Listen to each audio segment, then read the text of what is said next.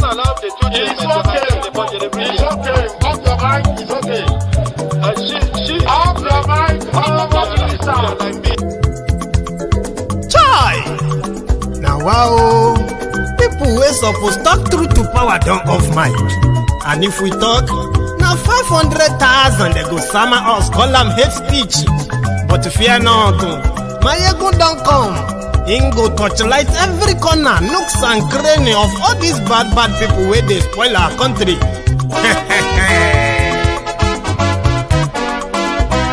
So my people make we laugh, oh, yo, yo. Maiyegun don't come, oh, yo, yo. My people make we shout, oh, yo, yo. Maiyegun don't come, oh, yo, yo.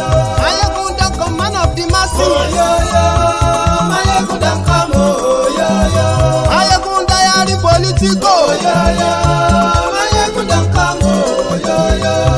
This one not the off in mind, oh, yo, yo. Maiyegun don't come, oh, yo, yo. And in the touchlight every corner, oh, yo, yo.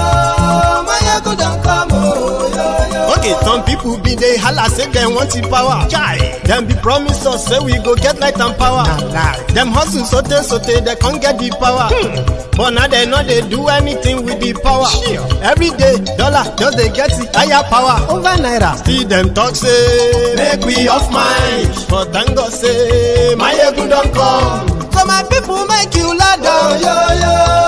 Maiyegun don't come, oh, yo, yo. My people make we shout, oh, yo, yo. Maiyegun don't come, oh, yo, yo. Maiyegun don't come, man of the masses, oh, yo, yo. Maiyegun don't come, oh, yo, yo. Maiyegun diary Politico, oh, yo, yo. Maiyegun don't come, oh, yo, yo. This one not they off in mind, oh, yo, yo.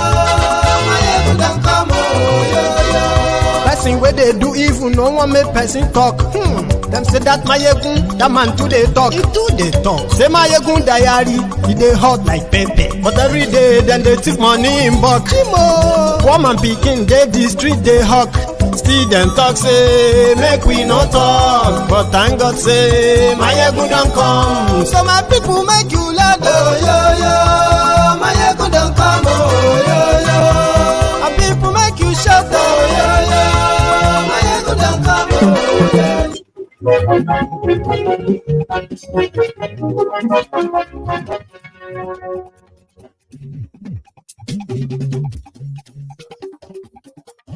Hello, dear.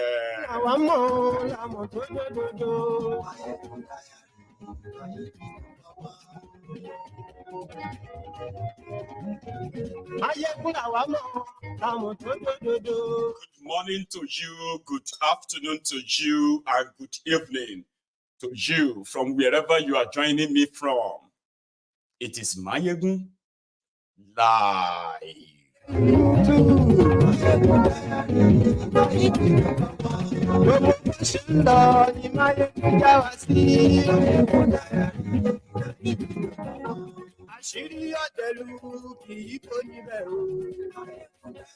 you so much for joining me from wherever you are joining me from.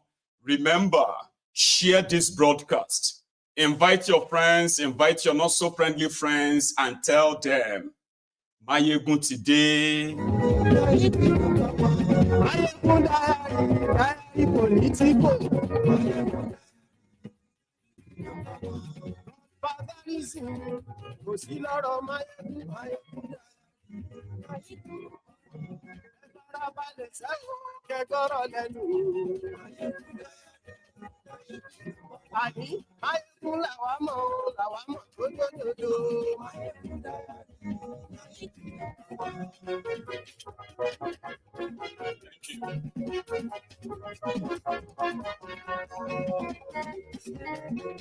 Àní ẹ̀sùn rà kì í. Maiyegun ti dé. Mo ti dé. Maiyegun ti dé. Read the caption of this broadcast. Invite your friends, invite your not so friendly friends.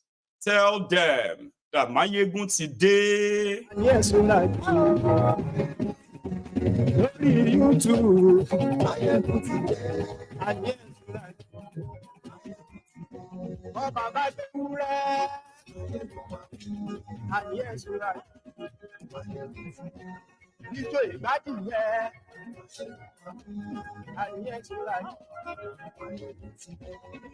is a prison break in Suleja.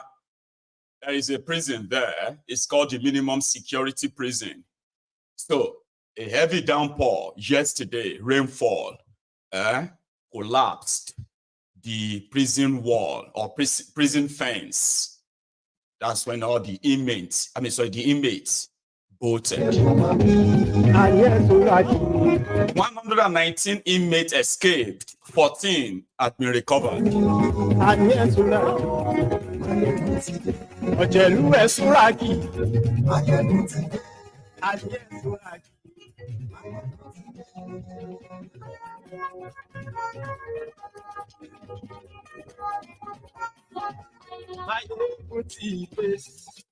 So Motide, yes, good morning to you once again.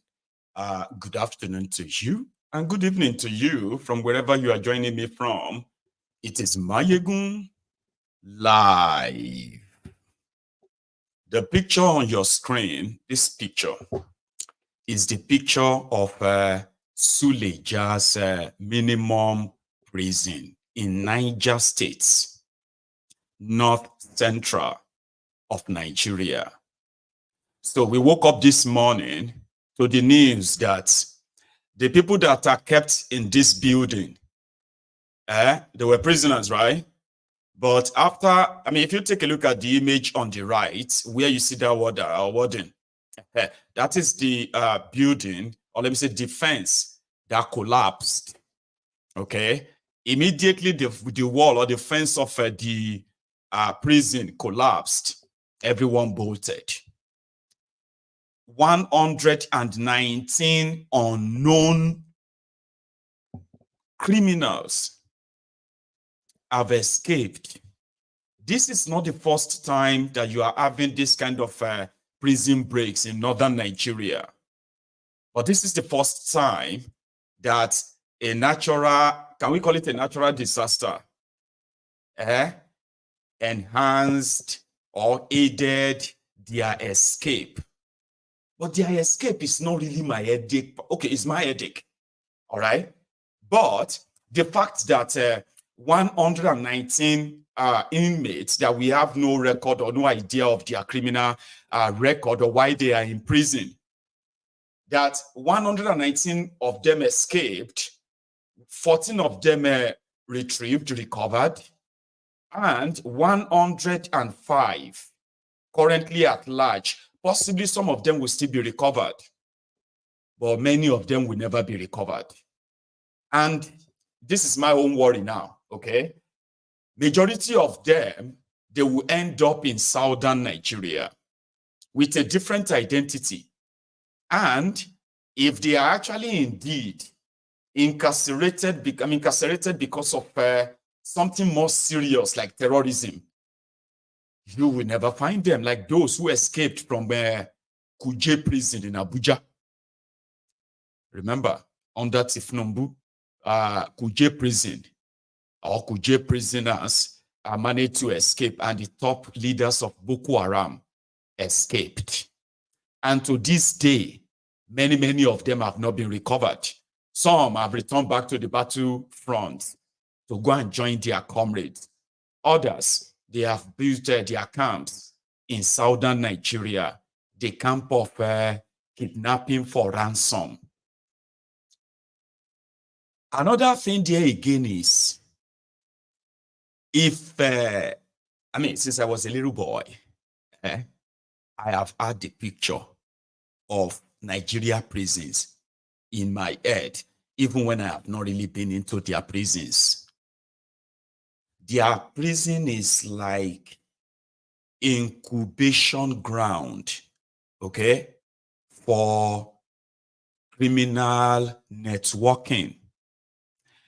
All over the world, if they send you to prison, they send you to prison because they want to go and rehabilitate you from that your crime. So that by the time you come out of prison, you are expected to be a better person. If you go to Nigeria prison, you won't come back as the same person anymore, whether rightly or wrongly. Most of the people in the Nigerian prison are locked up, wrongfully. Some of them because they couldn't bribe the policemen, so they ended up in those prisons. By the time they come out of that prison, they are now ardent criminals. Apart from other terrible health conditions that you probably have to face as well. Nigeria prison. So I've had that in my head, like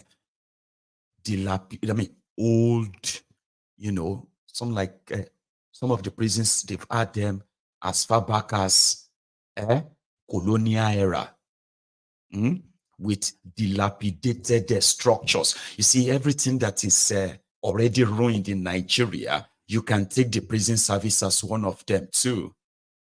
Like it is so horrible, right? That you would be like, no human being should be housed in any of those their prisons. But they are still there. They are budgeting billions, hundreds of billions for rehabilitation for funding of their prison. At a point, they even told us, they said that to feed a prisoner in Nigeria, it cost them 14,000 Naira a day to feed prisoners in Nigeria prison. That was what Layamo told us, remember? And when you look at all these prisons, apart from the fact that they are totally, inhabitable for humans, then you have another problem, which is the overcrowding. In Nigeria prisons, you have people who have been in those prisons, in their prison there, right, for more than 5 years, 7 years, 14 years, awaiting trial. People that could possibly have been, if they had had their days in court, they probably would have been let go by just mere payment of fine, But anyway, they shall camp everybody in there, including terrorists. Some terrorists are hidden in some of, when I say terrorists, I'm talking about all kind of terrorism, Some of them are hidden in those prisons, right? Without the rest of the country knowing where they are. Because they can easily, secretly release them again. So now we are looking for 105 escapees that we have no record on. They are probably already in the south, Lagos to be precise, or somewhere more remote. Here is what their Minister of Interior had to say, Olubunmi Ojo, àwọn èèyàn better edu. The guy you are going to see on your screen right now is the Minister of Interior in Nigeria, responding to this jailbreak.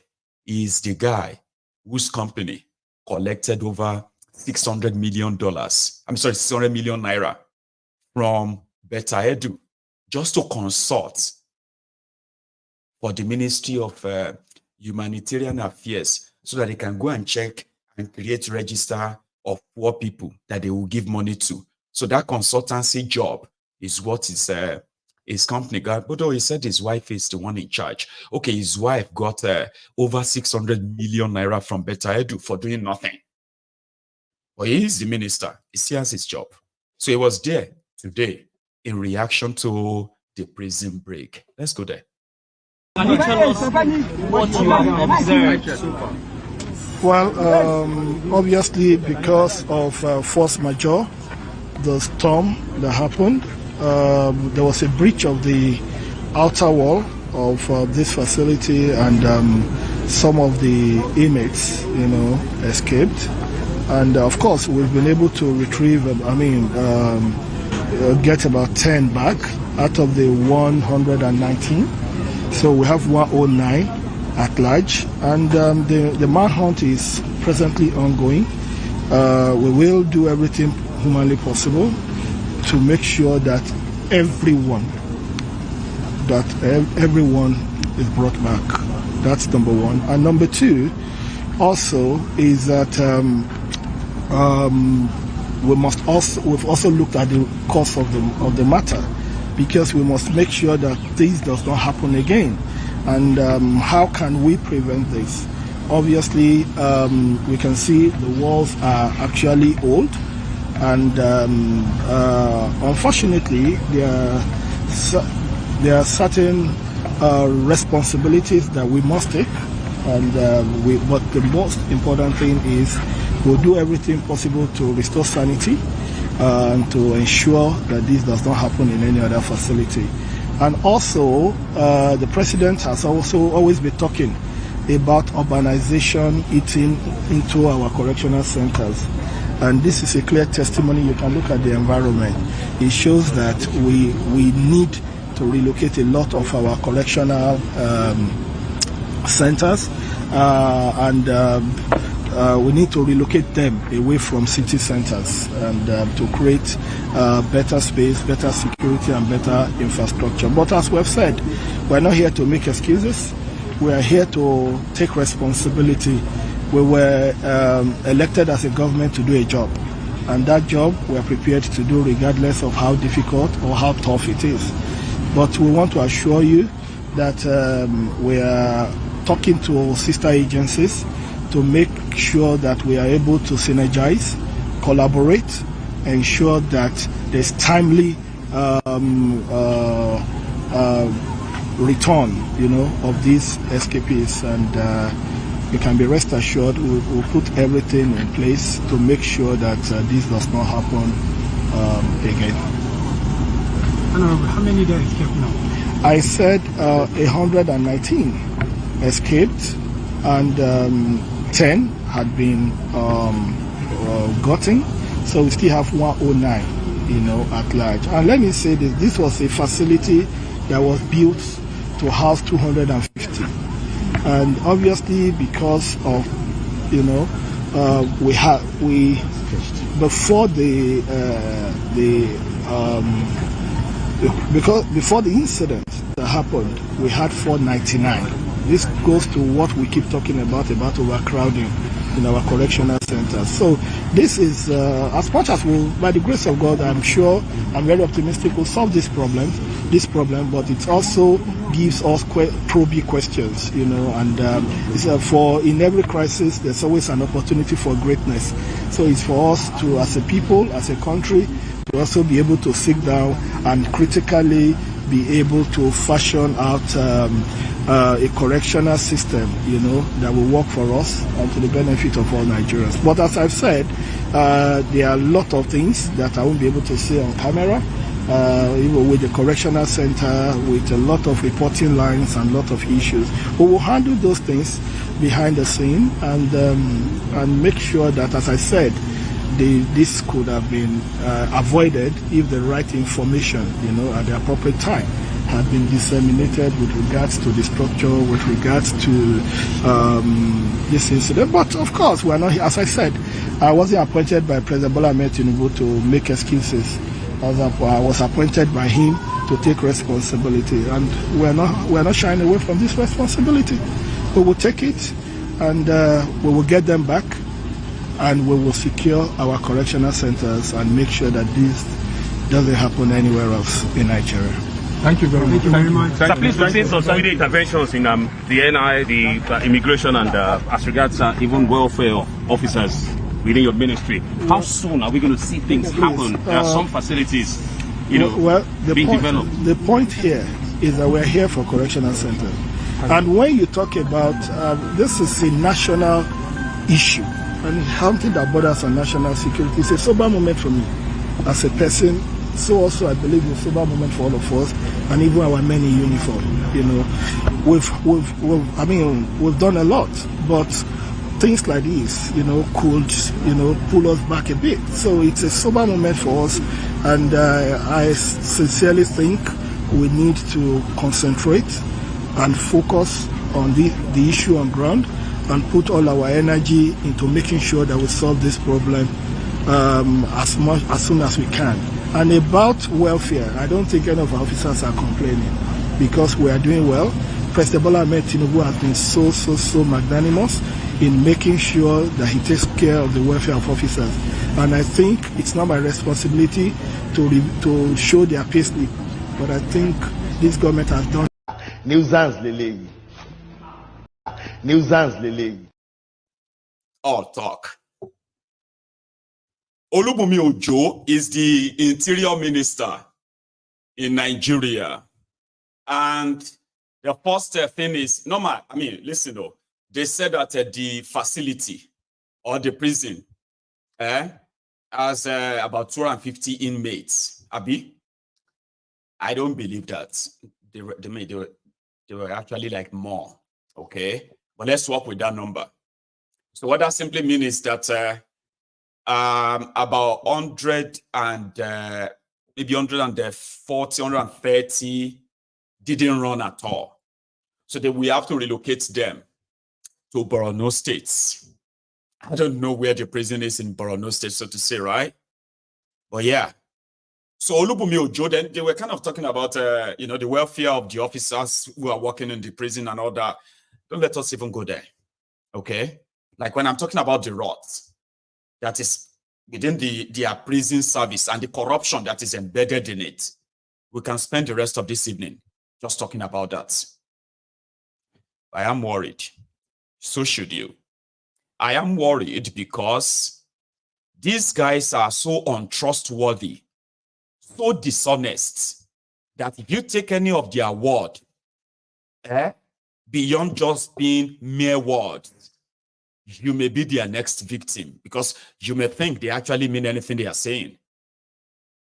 Good enough he was there, as he should be, since Kolu is not around.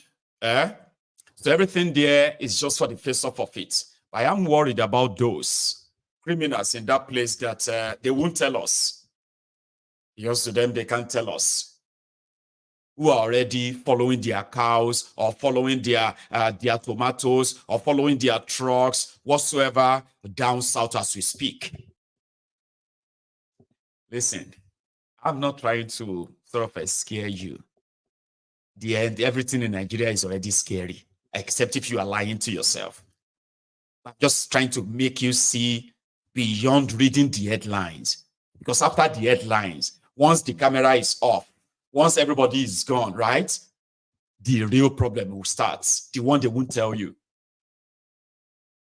The reason why everywhere you turn to in Nigeria today, it's like you are turning into danger, left, right, and center, is because of a situation like this. Nobody tells you anything. Because they know that after 2-3 days, you're going to forget about this. How many of you still remember that Kuje prison break last year? On that Ifnumbu? How many? Anyway, for those of you who might, I have this one philosophy though. I'm not living in that contraption, so I won't really be affected directly, but I do have family and loved ones, friends, and, associates that I have in that place too. That personally, I can feel that if anything happens to them, then things happen to me indirectly. So if you see something, say something, be aware, self-awareness, be aware, see beyond the headlines, read beyond the headlines. I mean, do not listen to these rogues, these pretentious rogues, because they do not have any answer. No answer or solution to the problems that they created. I've said this many times. You cannot believe that the people that created these monumental problems called Nigeria, and who have benefited immensely from this failed country, it will be very foolhardy and stupid of you to believe that any of them has anything in their mind to fix this. Oh yeah, they can fix it. No, they can't. Fixing Nigeria simply means that these guys should just report themselves to the nearest prison facility and ask the wardens in those prison areas to just lock them up, even without any trial. That will be the beginning of saying, oh yeah, they said they want to fix Nigeria. They can't. No, they can't. Then going forward, the news that we are hearing now is that PZ, you know PZ now? They say PZ is leaving Africa. And it is because their biggest supposed invested area or target market is Nigeria. Nigeria is idoloshi. People have become too poor. They can no longer afford the real thing. In the truest economic sense, your number don't make any sense to any real businesses anymore. The biggest country in Africa, the population of this or that, it is the population of destitutes. So bigger and bigger of them, they are living after years. This one, they said it's been in Africa for 140 years. They would have to go. But that is actually not it's not the big thing that I want to discuss with you. It is just like another sober reflection thing too, right? Let me point to it.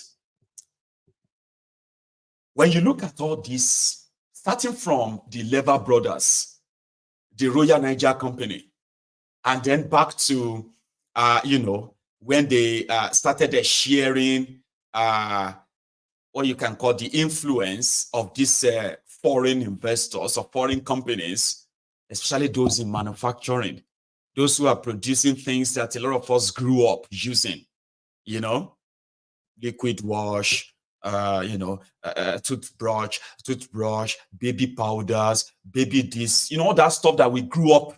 For example, PZ, PZ, who have the powder, they have a body cream, lotion, they have body jelly, all that stuff, right? And they have been around for decades. They have enjoyed what you can call some diplomatic bilateral trade, they call it bilateral trade protection, which makes some of the African countries for these supposed foreign businesses in Africa to have seen, after slavery, then the next thing is labor. The kind of labor market in Africa is so cheap because they made it so. Listen to what I'm trying to put together here, okay? Talking about all these big companies who are now kind of capitulating. They are now leaving because the governments of Nigeria and some other governments in Africa, they have destroyed their country so their people have become so poor. Their economic power has become so dwindled. Like, you have a country, you have a lot of people, but they're like destitute, who can barely afford anything to eat. Talk less of, patronizing some of this, except for us, those who have possibly stealing your money and all that. But that is not the point. Here is the point. When you look at, for example, PZ, I want to believe that it is a British company or American company. It doesn't really matter. But it is not a Nigerian indigenous company. But it has been in Nigeria for years. When the middle class existed, when people who were working, whether you are civil servants or whether you are privately employed, but you are a regular income earner, the middle class that could afford to send their children to school, not just in Nigeria, even outside Nigeria, where the system allowed them to be able to acquire houses, cars, and things that actually makes life meaningful and participatory, a participatory economy, where you didn't really have to be so rich before you could afford basic things. Then gradually, slowly, IMF, World Bank, roguish different governments that have succeeded in Nigeria, especially in the last 10 years. America conspired. Britain backed them. And they said, a PhD holder is incompetent to run a country, an economy they said was the third fastest growing economy in the world in 2015. Then they conspired and they brought an illiterate, lifeless Maiyegun, who then came, implemented horrible policies that gradually and slowly and gradually almost wiped out the middle class, to the point that the margin has now shifted. P&G too, God bless you. There is P&G too, Procter and Gamble. So they made different policies in the last 10 years that saw people and their own, and their life savings, investments, quartered. Economic policies so that impoverished people, not because they make any stupid investment decisions, so just being in Nigeria. And once they began these policies, starting with America, bringing in and, using all they could to ensure that APC, Egbekegbe, took over Nigeria. Now, in 10 years, or almost 10 years now, there is completely no more middle class. There is no middle ground anymore.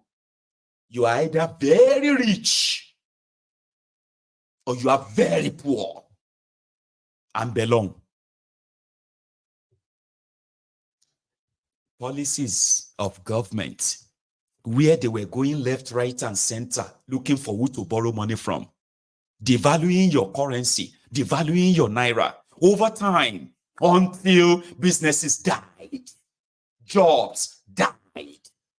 And some of, I don't know, like when America and the rest of them were doing all of this, I don't think they thought about their businesses in Nigeria, businesses that are like everyday life of an average Nigerian. You want to buy Homo, you should be able to afford it. You want to buy cornflakes, you want to buy, Pampers, or you want to buy this or that. You want to buy things that are like your normal basic need every day, but now you can't buy them. And they too can make money. And gradually, they are folding up. So you see, it is not just us. You see, when we were talking about, when we're talking about corruption, okay? And we say, some will say, I mean, if now you too, Maiyegun, if now you too, if now you they make a governor now, you will do more than this. Just to justify the whatever criminally mind you have, the criminal mind you have, projecting that on others, but forgetting the consequences of criminality in government is not even limited to the victims you are thinking.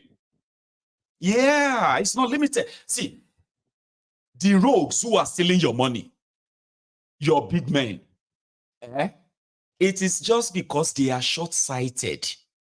They do not have any foresight.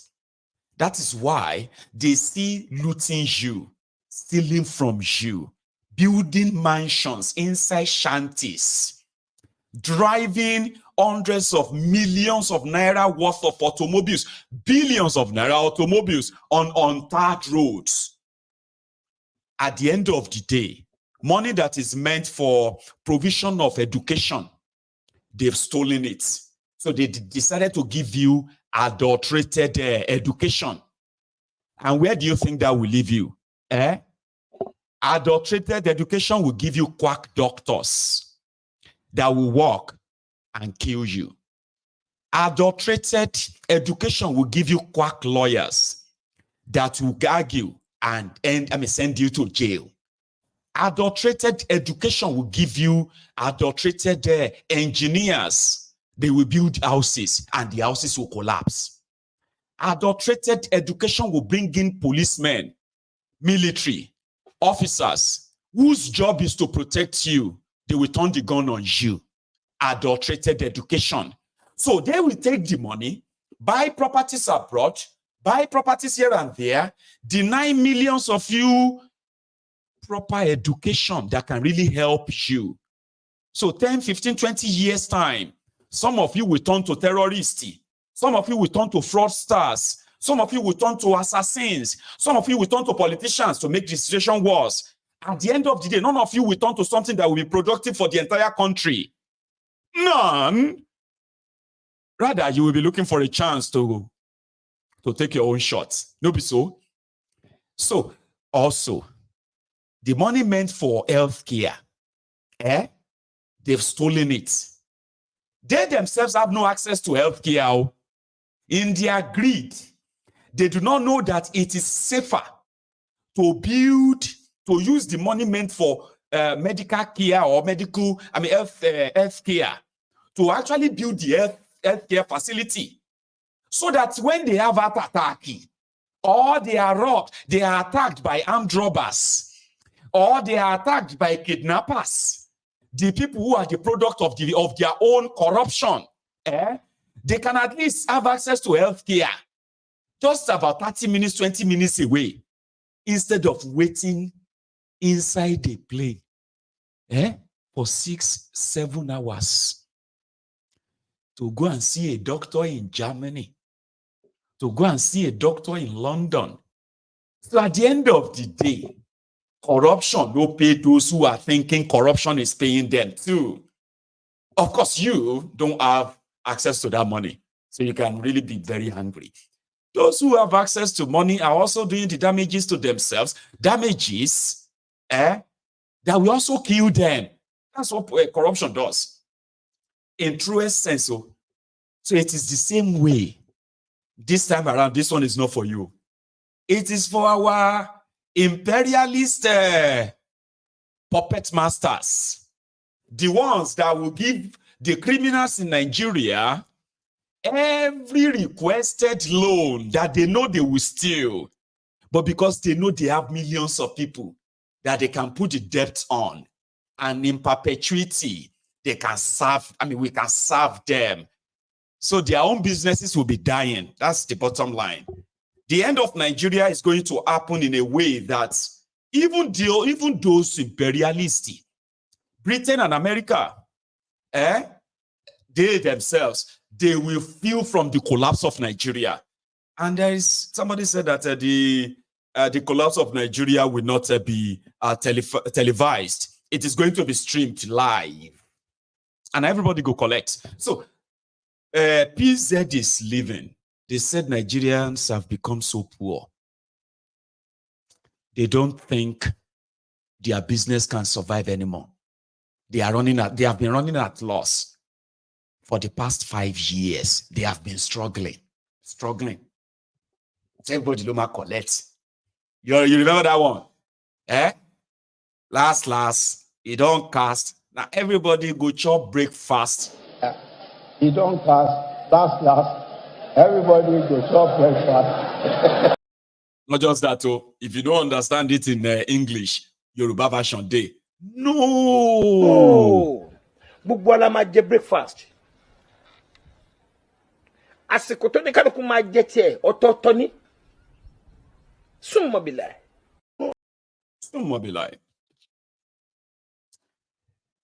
So when I heard that, I know that automatically just means job losses. There are those who have worked with these companies for 20 years, 30 years, 35 years. They would have to just pay them off. Those are going to be lucky ones. Some won't even get their money. So gradually, they would have to pull out. And normal, that should be an opportunity for the thieves in Nigeria. At least they want to own Nigeria. It's an opportunity for them to own Nigeria now. I was with my friends yesterday, and we're just having this random talk, okay? Then I said, Baba, wait, all these guys who are stealing this money, who are printing money, and every time they sense that there is some forex in Nigeria, dollars will just land, they will find means to steal their dollars by using their worthless printed Naira. Like they could do that. They could just go and print money and then, use it to buy dollars. I said, Baba, at the end of the day, this whole money that these guys are stealing, this money they went up in Cayman Island. All right? They went up in all this, I said, but Baba, the money is just going to be there. Why can't they just, if I steal money in Nigeria, No, I can't steal your money. I don't have liver for that. Seriously, I don't. And that's why I won't even join. But you know, say if I join them, I'm automatically going to become a thief. I've seen people who said, you see, Maiyegun, we need to join them and change the system from inside. Baba, a year after, these people will won't go change the system from inside. A year after I saw them, so now the system changed them. Alaya, come now, come. The system never changed now. You don't did there for like a year. No, my brother, it's not easy. It's not easy. You see, when you are not inside, you think it's easy. It's not easy. I know better now. Olori Bruku to join one year. And that's why I'm like always like, don't ever join them. You should, by all means, try to stay away. But again, let's assume say I joined. Now me and my friends they talk yesterday. I said, let's assume say I joined them and I can't manage still. For example, now your former accountant general, that guy that has become was given somebody stole 184 billion. Accountant General of Nigeria, he stole 184 billion. When he was arrested, he was given bail. A week after, the Kano Emirates, they gave him 2 titles, 2 chieftaincy titles in Kano. One of them is a man who understands management of money. The man that will manage the Kano Emirates finance, that kind of a title, they gave it to him. Now, people, 184 billion naira. And that's what they kind of found that is missing. Maybe it's probably like times 4, times 5 of that he stole under Bokuwario. Let's assume, say I steal 184 billion, Baba. I was telling my friend, I said, Baba, I can just, if I don't move the money, go Cayman Island, all these places. I will just go and I will just call somebody and say, well, you know what? Let us go and invest the money back so that I can take electricity to Nigeria and claim the money. It's not stolen money. So I will just go and look for a British or American company who is good in electricity generation and distribution and all that, clean energy. Okay. I'll just say, can we partner? You have the expertise. I've got the money. I will give you $500 million. Say I stole the money. Abi? But now people's money. I'm just saying, a God-fearing thief. That's what I mean. Like, if I'm a thief now, I've just stolen about 200 billion from the people. But I'm a kind of a God-fearing thief. So I just want to return the money, but it's still my money, but to help you. So I said, I'll just say, okay, I'll give you maybe $500 million. Then we can go to Nigeria, and we can go and build the biggest power station and power generating station. And me, the repentant thief, I will just start selling electricity to all of you. See, if everybody can't discover later, say, the 24 hours electricity where all of the states in Yoruba land enjoying, all of the states in the East enjoying, all the states, count them 5 states in the East, 6 states in the Niger Delta, 6 states in Yoruba land, 6, 6, 12, 7. That's about 17 states, Abi. 17 states. In Nigeria, they enjoy 24 hours electricity, the cheapest. If you find out later, say, now your money this guy stole, go build so and so. Even my friend said, but no, if you do that, and they find out, nobody only say you go jail, they will take the money. I say, Papa, wait, I'm trying to be positive. Come on. That's what I'm trying to say now. Okay, is it possible or not? Even my face will not show at all. But this was me thinking of, okay, how can you get 24 hours electricity? Because I'm wondering how it is so hard for them to actually give you 24 hours electricity.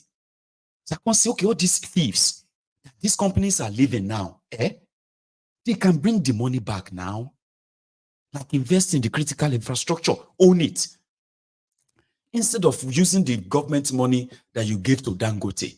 Now, Dangote is doing Father Christmas thinking, a lot of people think is reducing the price of diesel that he imported. As the kind-hearted man.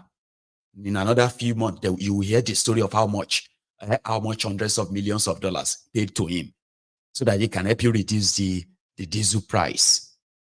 So I said, why don't you just use the stolen money? Use another means to bring it back. Invest in critical infrastructures. Okay? Invest in them not because you want to make profit per se. And then if you die, you can possibly expect God to forgive you. My friends were like, oh, Benny, make imagination not kill you. And they were right. There are many, many of us who believe that it is not a rocket science, okay, to actually make things work. If you give them electricity, the people will build their lives. I have seen the resilience of Nigerians across board. But you see these rogues, they have no solution. And since they do not have any solution, you are just going to have to live on these vibes and inshallah under these criminals. There is a topic I want to pick on. Talking about maintaining government institutions, infrastructures, public infrastructures rather, that really serves the purpose, that should be serving the purpose why they are set up. So there has been this argument started. In fact, it wasn't an argument, it was actually a propaganda started by Renu Mokri and APC, Egbekebe. In case if you don't know, the reason why I told you yesterday that I will continue to show to you every content, every move of Peter Obi and the obedient generally. I will amplify their voices whenever they are taking on the Agbadomaiti and the Agbadoriancy. The reason is because the least you can do right now, that you can say you are doing something right, is to never go and stand behind a state-sponsored, orchestrated propaganda that doesn't even make any sense to start with.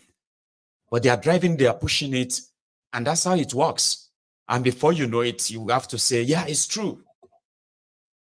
So they have this conversation. You know that in 1999, Tifnumbu became the governor of Lagos State. In 2007, Isaleko Barack Obama,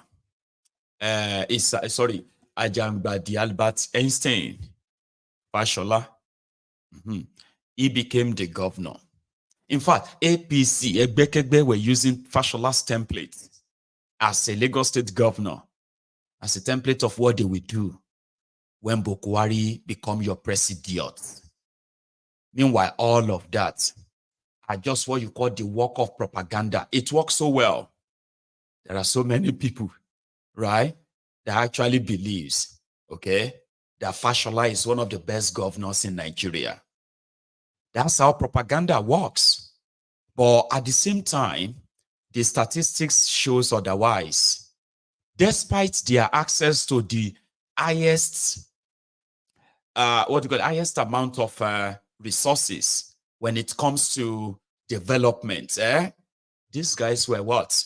They were developing their personal lives. And that is why Lagos remains the mega shitty, the mega slum of Africa. 24 years, it became impossible for them to even enhance that kind of resources, because Lagos is like a country of its own. If you kind of like have good managers in charge, not these criminals, these thieves. But the propaganda have lasted for so far too long that a lot of people actually believe that. Anyway, it is on record that in Nigeria, the criminal politicians, they have few ways of looting the treasury. with what they believe an undetectable technique. They can start construction of needless new roads while the existing roads remains death trapped. And they have this mentality too. If I complete the project of my predecessor, he's going to take the credit, and what am I going to show to people as my own? And that is why, despite the poor state of Nigerian universities, Bokwari still created over 20 new universities that were not even like completed, talking about, proper setup and all that. Also kept fighting them and fighting and fighting, you need to spend this money on the existing schools where you do not, if you go to Nigerian schools, you can easily tell, well, except for some intervention from private individuals who do go to those places and offer things, right? The government always open the door for their, they always open a new door on how they can, siphon their own money. So they started something, and it was, what do you call it? Okay, hang on. So in 2007, Peter Obi too became the governor of Anambra State. For 24 years of democracy, it is still being said, even though a lot of people are already saying, this is not even something we should be proud of, be bragging about. That the only governor of Lagos that actually really built schools to sort of manage the shortage of schools at the time, where people had to go, you had to go to school in batches, morning school, afternoon school, and night school. So at the time, Lateef Jakonde embarked on building this half-built poultry-like classrooms. Not until recently, because we have to give it to them, okay? Not until recently that we have seen Sonwo actually showing renovations of schools. Some being given, some modern touches and all of that. Not building any new schools, because if you have to build new schools, the old ones that are dilapidating away or falling apart, no window, no chairs, no doors, no roof and all that you can really see everywhere 24 years after democracy. A shame, right? But it became a kind of a campaign thing, or a means of propaganda thing. So the propaganda there is that Reno Mokri pushed the agenda of Obi never built a single school. And that became a talk. Then some people now went on to say, not only that he built new schools, but it's pretty, whether building new schools or so, is so irrelevant. And they broke it down. Before this guy became their governor in Anambra, Anambra State was rated at, as the 26th in their national exam in Nigeria. Then this guy came, returned all the schools that the state, according to him, couldn't really manage. Returned them back to the, to missionaries, their owners, with a pact. Not only that the government is paying the salaries of the teachers in those schools, but giving them subventions that they are actually using for what they believe they needed. They needed water. They needed, new roof. Or they wanted health center. Whatever it is. As a government, it was doing that. And guess what? From the ratings of the Millennium Development Goal, this is facts now. And there's a reason why I'm telling you and sharing this with you. The set sort of, is that not the goal 15 of the Millennium Development Goal? Make education accessible to everyone. So how do you do that? Take a look at this, your screen. Again, my friends on TikTok can't see this, but if you go on YouTube, you will see this screen too, okay? Now take a look at this. This was the verified and verifiable sort of a record of the time that these three guys were in charge.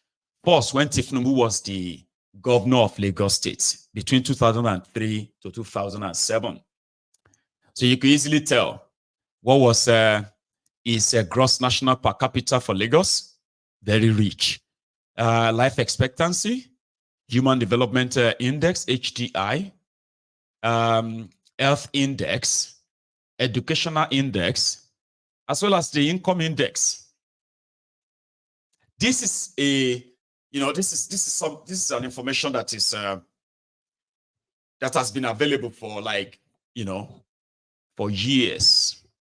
This is not your blind, tribal, ethnic, stupid rhetorics that a lot of you are popping up. And I know that some of you, none of this is going to help you to change your dirty, stupid, ignorant mind to keep propagating and then promote a bunch of criminals who have, their life record is a bunch of failures, right? Every other thing you probably are going to manufacture for Tifnubu and Fashola, despite their access to that amount of resources. So yeah, on record, the people living in Anambra, they have a longer life expectancy. They have access to at least primary health care. They have access to education. Listen, they said in Anambra State, they had about 1,350 or so public schools. The students or the children that need education in Anambra State, they said, our children that are going to that public school in Anambra State, they put them at 300,000.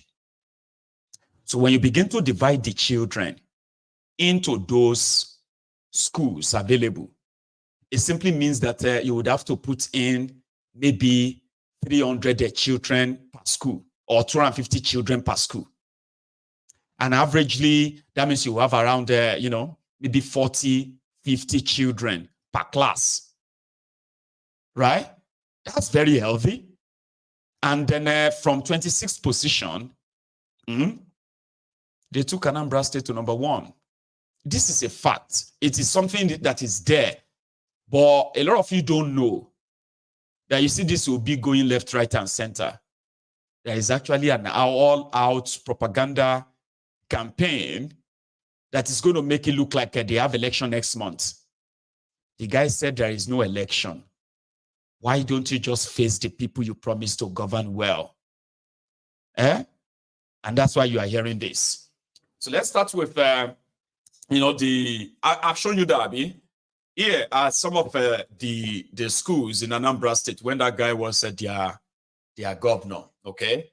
And according to them, right, they said, well, these were the schools he managed to get back on track, improve their teachers' welfares, increase their pay, and then give them more resources that, Give me a sec. Hey, 1 sec. There's something I needed to pick there, okay? So he had all this, right? Like, I am not trying to actually put it to you, trying to manufacture something for him in his defense. I'm talking about things that are already available in public. Okay? And if you have anything you want to probably rubbish him on, I don't think you should be using that of education in Anambra State. Right? And I just saw one Abobaku on that TikTok, right? Who felt like, anyway, I'll come back to you. So now let's go to, let's go to that Anambra. And then Obi himself, what triggered some of this, what you are witnessing so far, right? I'll come back to it. So this is how it all started. Okay. Why is he giving money to these people? Why is he building the borehole?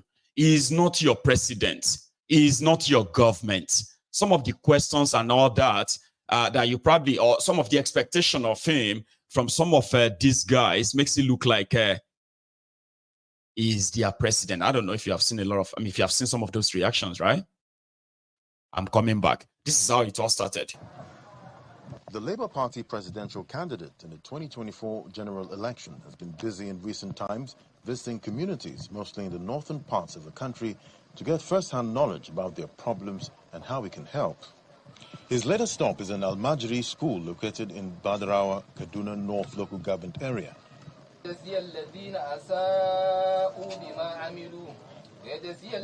Singaya school, like other Almajiri schools in the northern Nigeria, is established to teach Islamic education to children between the ages of 7 and 10.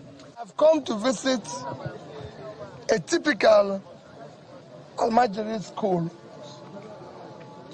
because I believe that while we might not have schools everywhere, we can take education everywhere.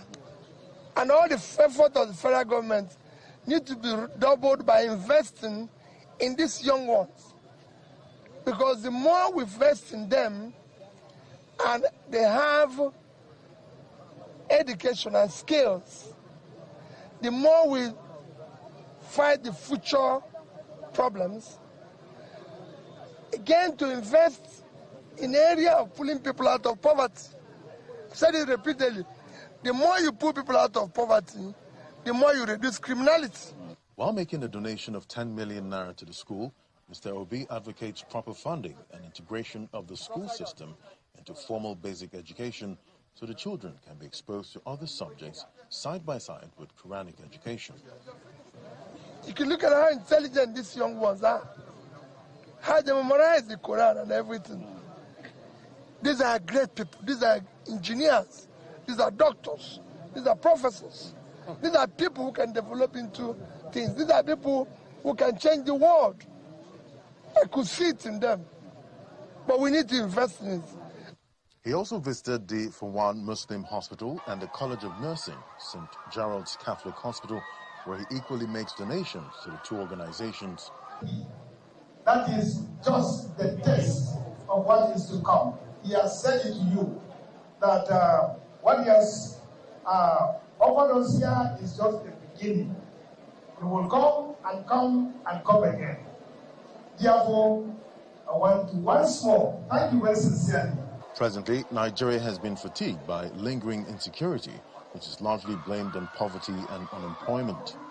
However, the Labour Party presidential candidate believes that overcoming these challenges requires that government at all levels must invest heavily in human capital development.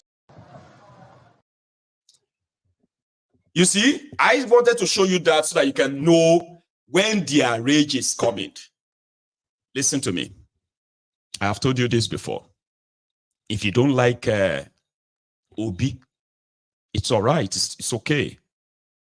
If you don't like the obedient, you despise them and all that, that's fine. But you would have to keep it to yourself. You would what? You would have to keep it to yourself. Because from my own, from my own experience, anything that stands as a threat to this establishment that can disrupt it, that can destroy it, anything, I am interested. Anyhow, I am interested. So I hope that is clear. I'm not asking you to like him. No. Me self no like him. I know to like him like that. But do I like what they represent and what they are standing for? 100%. We will follow you go further no. Yeah, I'm 100% in it. I will give my money. I will raise money for them. Tobani Lati, you know. So I'm not asking you to like them. And I won't even ask you to. Whether you like them or you don't like them, my advice for you is to keep your opinion to yourself. If you say anything stupid in that comment section, that will be the last time you will say it. I promise you. I've said that all the time. It's not a threat. Listen, it is called respect. But sometimes, right? Give me 1 sec. So sometimes, yeah, we actually need to make ourselves understand what it means to make yourselves enough like prepared to mix with other people whose main goal and wish is to what? Is to break the entire establishment, however they want to do it. If you have opinion of how it is this or that, the African Wahala, I've not been reading my comments, okay? I'm going to need you. It is very, very important. Okay, very, very important, please. Once they do it, once they can't take it in, once they cannot keep it inside themselves, I don't care who they are, please. Get rid of them. Here is that part where one of them, I believe obediently, decided to give a bit of a lecture in their own words to a lot of you. Why would you be building something new when the old are already dilapidating, collapsing, no window, no this, no that? Do we not have all of that everywhere? So it worked for him.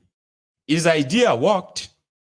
And a lot of people became the beneficiary of that access to quality education. That's not something you can wish away. No, it's not something you can wish away. Here is his own answer before I take you to that. We're not talking about the 2027 election between two parties. And, we are looking at, having Quranic education vis-a-vis the Western world. Somebody recently accused you that you didn't build or complete any new school as a governor. How would you react to this allegations? Well, you need to go and read my manifesto. You know, what we do here is that we don't read people's manifesto and know what they promised. When I was campaigning to be governor, as you know, and I'm sure you're aware, there was a term for nearly 2 years, the schools were shut in Anambra State. And everybody listened to, even yesterday when we were at Kaduna, a bishop said it, the Anambra school system went very low in rating. When I was campaigning to be governor, I said I'll change the educational system in Anambra State where schools and our children will never be closed. I'll make sure I give the best to education. When I was coming to Anambra to be governor, we have what we call male-girl-child issue, where most of the males were not in school. I said I'll reverse that.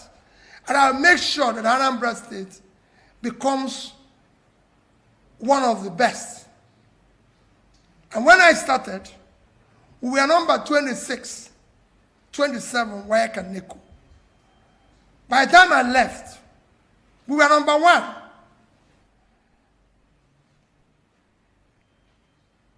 That is what.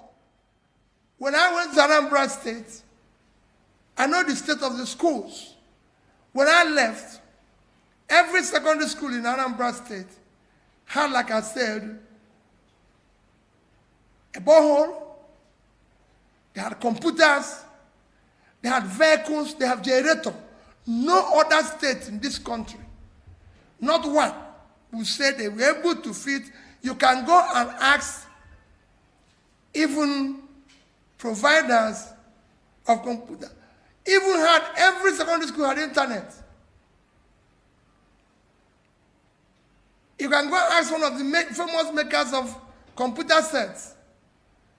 Let me remember their name now. No, Zynos is the agent we use, but what we bought was the HP. When we ordered computers and desktop tech for HP, They told us, quit out everything. They say, no government can afford this. But we bought them at a go, 30,000 complete sets for our various schools. No government was able to do that. We're able to train our teachers and everything. And the result is what you're seeing today. And to even go further, while I do not know who said that, and I don't want to know, but let me help you further. The only measure of development while I served as a governor is Millennium Development Goals, which was initiated in the year 2000 with Nigeria and over 150 countries as signatories. That is what China used to change. The MDG goals by the year 2008. That is clear 8 years after I had started. But by the time it was concluded in 2015, Anambra was #1 in the implementation of that. I was even invited to United Nations to come and talk about my experience. That is measured by UNDP. This is not a measurement where you say Peter has scored himself high. And I can tell you, our school, our hospitals, and assistants became model for every other person. So I believe that we did the right thing. Those who are looking for the wrong thing, what I promised the people I delivered. I live in Anambra State today. I live in Onitsha. I'm just going there now. Thank you. He lives in Anambra as their former governor and all that. And everything he said there is true and real. This guy ceased to be the governor of Anambra State like about 9 years ago. Another person had become governor of Anambra, no, more than 9 years ago. Soludo is there now for how many years? 2 or 3 years. Obaino spent 8 years. Add that to so that means this guy has left the government for 11 years. But the criminals who have been living off government, living off public money, Tifnubu and his family, and the rest of all these ass lickers, they will tell you education is not that much of a thing. We are supposed to give our people food. We are supposed to give our people money. Tifnubu, I won't get money, they blow money anyhow. Yet they are all living in that shit hole. The mega shitty of Lagos. So you see why you were watching that, right? Somebody was one Abobaku on TikTok said, you will cry by the grace of God. Emilomba will cry by the grace of God. I said, if the only grace of God, when did the grace of God started making people cry? Because the God is referring to is the God of Shege, the God of Nigeria, the Sky Daddy, Awolofu. I said, those who they told Awolokon, now you don't turn to any Konlomo or any Balomo. So if Maiyegun will cry, you see me, and like this, I go to cry every day. Tinubu will do 8 years, continue crying. Baba, Kobashi 80 years. Now me go, they come here every now and then to remind you. Tobashi walaye, if you see they alive new. However, here is how one obedient put it. Listen to me. You can say sometimes like Dangbana Shoko are among those people who are the obedient. We no decree for anybody. But it was a meeting of the Agbadorians and the obedient on this matter. Then this guy decided to school them. Hear this broadcast. That's okay. And the reason why I really want to respond to him is because from the way he sounded, it didn't sound like a typical Agbado. It sounded like the ignorance was actually an innocent one. Not some of these other ones. They actually know, they just pretend.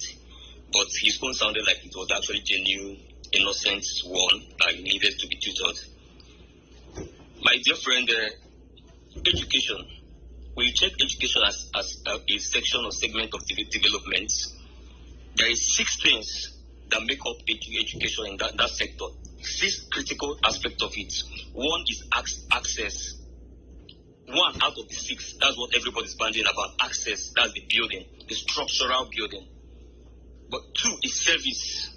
3 is quality, embedded in expansion. That's where you talk about technical aspect of it, the libraries, ICTs, laboratories, and so many other things. The 4th one is enrollment. That's where you talk about girl-child enrollment, boy-child enrollment, out-of-school children, and all of that. The 5th one is school completion.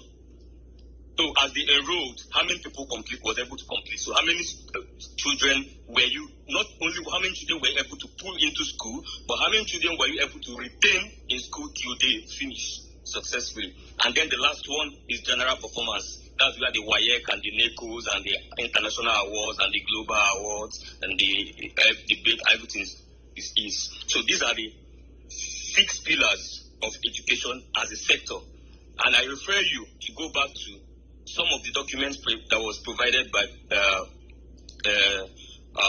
Madam Due Process, obvious Equesili, when she was Minister for Education. Some of the plans she had. Read through those documents to educate yourself generally on education. But then the point here is, out of this entire 6 things I mentioned, what seems to be your browse is access. That is the structural building. Now, the structural building, let me give you some of the numbers in Anambra State. As of today, and you can go and verify it, public schools in Anambra is about 1,300 public schools. Right? Public student population in Anambra State is just about 350,000. Yeah? 350,000 to 1,300 public schools. If you divide it, that means one school is getting about just 300 students. And if you spread it through JSS1 to SSS3, you are getting about just less than 30 students per class. That is way above global standard in terms of access. 30 students per class is way above global standard. Global standard starts from 70, 80, 90, even more than 100. So that means that Anambra school access can still consume students from Delta State and join some part of Kogi. And nobody will still be worried about access in Anambra in terms of school buildings. That is one of that access. Now tell me, about what I told you is public schools, 1,003. Now, mission schools and private schools cumulate to almost 4,000, about 3,700, if I'm not mistaken, making the general thing about 5,000 schools in a state that has a student population of less than 1 million. If you divide it, you are getting almost less than 20 per class. So that means that schools have outrun student population in Anambra State as of today. Now, tell me, you are a governor who is sensible, who knows and who has even attended one class of development in your life, because a lot of our politicians have not. That's why people are going about saying a lot of very ignorant things. And then you meet a state that has access already, just that the problem is that almost 70% of the entire school was dilapidated. Some were not working. So the school were there, they were registered. If you go to the files, they are actually registered as a school, like something community school. It's registered, so it's in existence. There is a compound, there is a school, but what you have there is a school and nobody is there because that school have closed down. But it's still registered. Now, tell me, you meet all of those schools when you come to Anambra State. Remember, Anambra State is the state that has 4,800 kilometers in landmass. It's the second smallest state after Lagos in Nigeria. And that means that there is an issue with land. Nobody has that too much expanse of land to be playing and joking around with public money. Now you have over 70. Give it to him. Use everything you have to defend your guy. Because they will make him look so bad. So bad that the evil that they tolerate will look so good. Have you not noticed that's the deal? Show them show. Oh, he has no experience. He should go and start from counselor. That is somebody who has been under the oppressive rule of his own slave masters. Then a lot of you are there. It's true, Sha. It's true, Joe. You should go and start from so and so. Use everything you have to defend what you think, or else they will trash it. Trash it enough to get even you pissed off to say, no, I don't think I want to be back. I don't want to be part of that anymore. The criminals in Nigeria, number one, APC, Egbe, is the most evil thing to ever happen to any country. Don't ever forget that. See, people can be very corrupt, right? But being corrupt and evil is extra. And that is what APC, Egbe represents. So if you have anything you have that you can use to destroy them, I mean, like, destroy them, you should do it. Do not give them a breathing space for them to plant any doubts in any of your groups, because the purpose is to weaken you, and then you can settle for your known devil, and your shege can continue. Let that guy finish waiting to explain. Now you have over 70% of those schools not functioning, not performing, not admitting students. You have a high number of out-of-school students. In fact, a few years before the coming of this man, schools were shut down. And then, instead of you to bring back all that school system, because that is access, just that the access is not functional. So instead of you to put the access, which is already there, functional, you are looking for how to use the billions of a state that is already managing money to go and build a white elephant structure. And how many extra schools will you add to 5,000 to make any difference? So the only thing you will do, you will build probably 100 extra schools. It will be 5,100 of dilapidated schools. And you end up probably, if you made that state at number 28 in education, you will leave it at number 35. Now, what did this man do? There's something called need assessment. And I talked about this about days ago. And I was lucky that Otumba Shomi tweeted yesterday, and he mentioned the same thing, need assessment. The problem with young people in Nigeria is that we have abandoned education. We don't read books again. Everybody's on Instagram. That's why I'm seeing a lot of ignorance on the timeline. Nobody reads. Nobody wants to know how Singapore developed their education system. Nobody ever wants to open any book and know how they developed in India. Nobody wants to know anything. People are here playing politics. Well, when was the last time a governor in America built a new school? What you see there is expansions and grant programs. Why are you enjoying Harvard today? It's not because America has gone to build 30 more Harvards. No, it's because America has invested in Harvard over and over with grants, expanding the school in knowledge, in service delivery, in enrollment, and in quality. That's why you're running there with dollars from your country.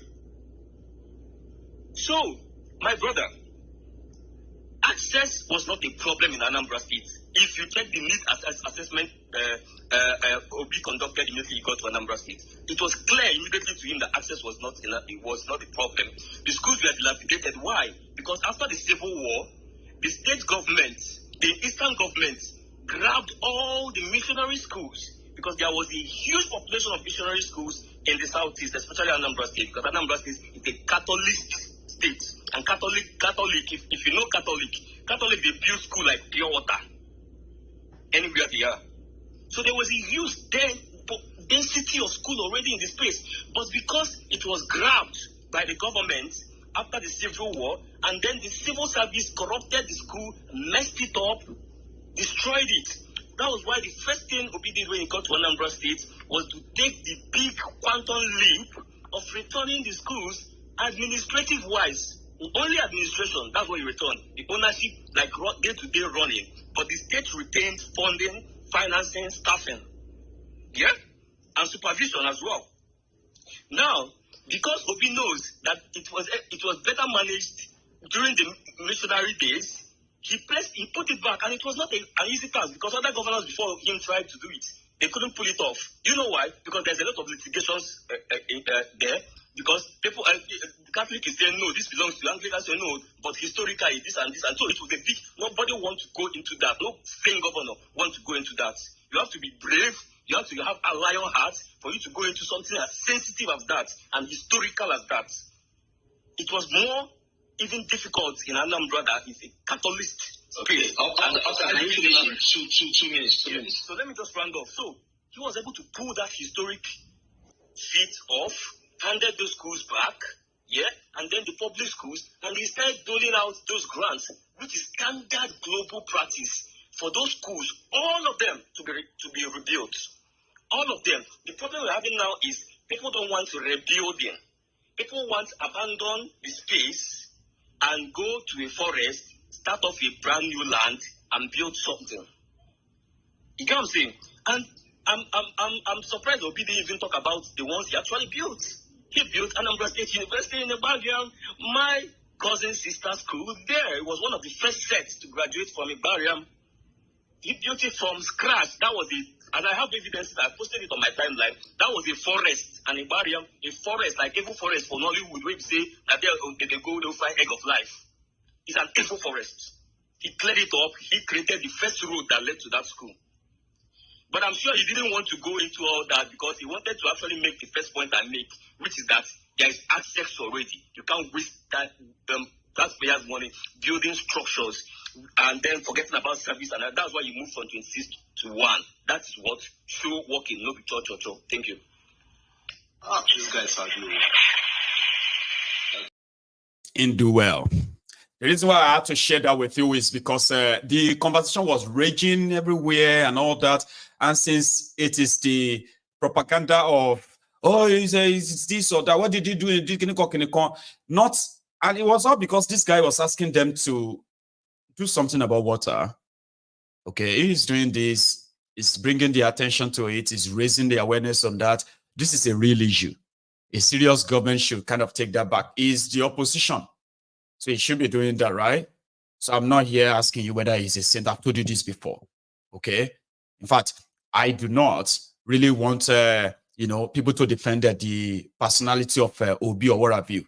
I said where you know that things that are, verified and factual. If they are trying to make it look like it's not real on that, you should sense the propaganda around that. I'm not asking you to go defend him or Obi as no. I'm saying when somebody says, what did he do? People say that all the time. But when you look at the person who is saying that, a Tifnumbu supporter who did absolutely nothing than to what?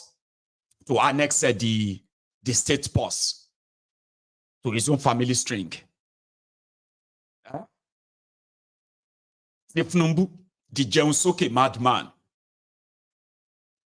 So what's his investment in education? Apart from the announcement of the one that which they used in 1999, free education, Awolowo free education, AD, free education. So how did that go? How did that end?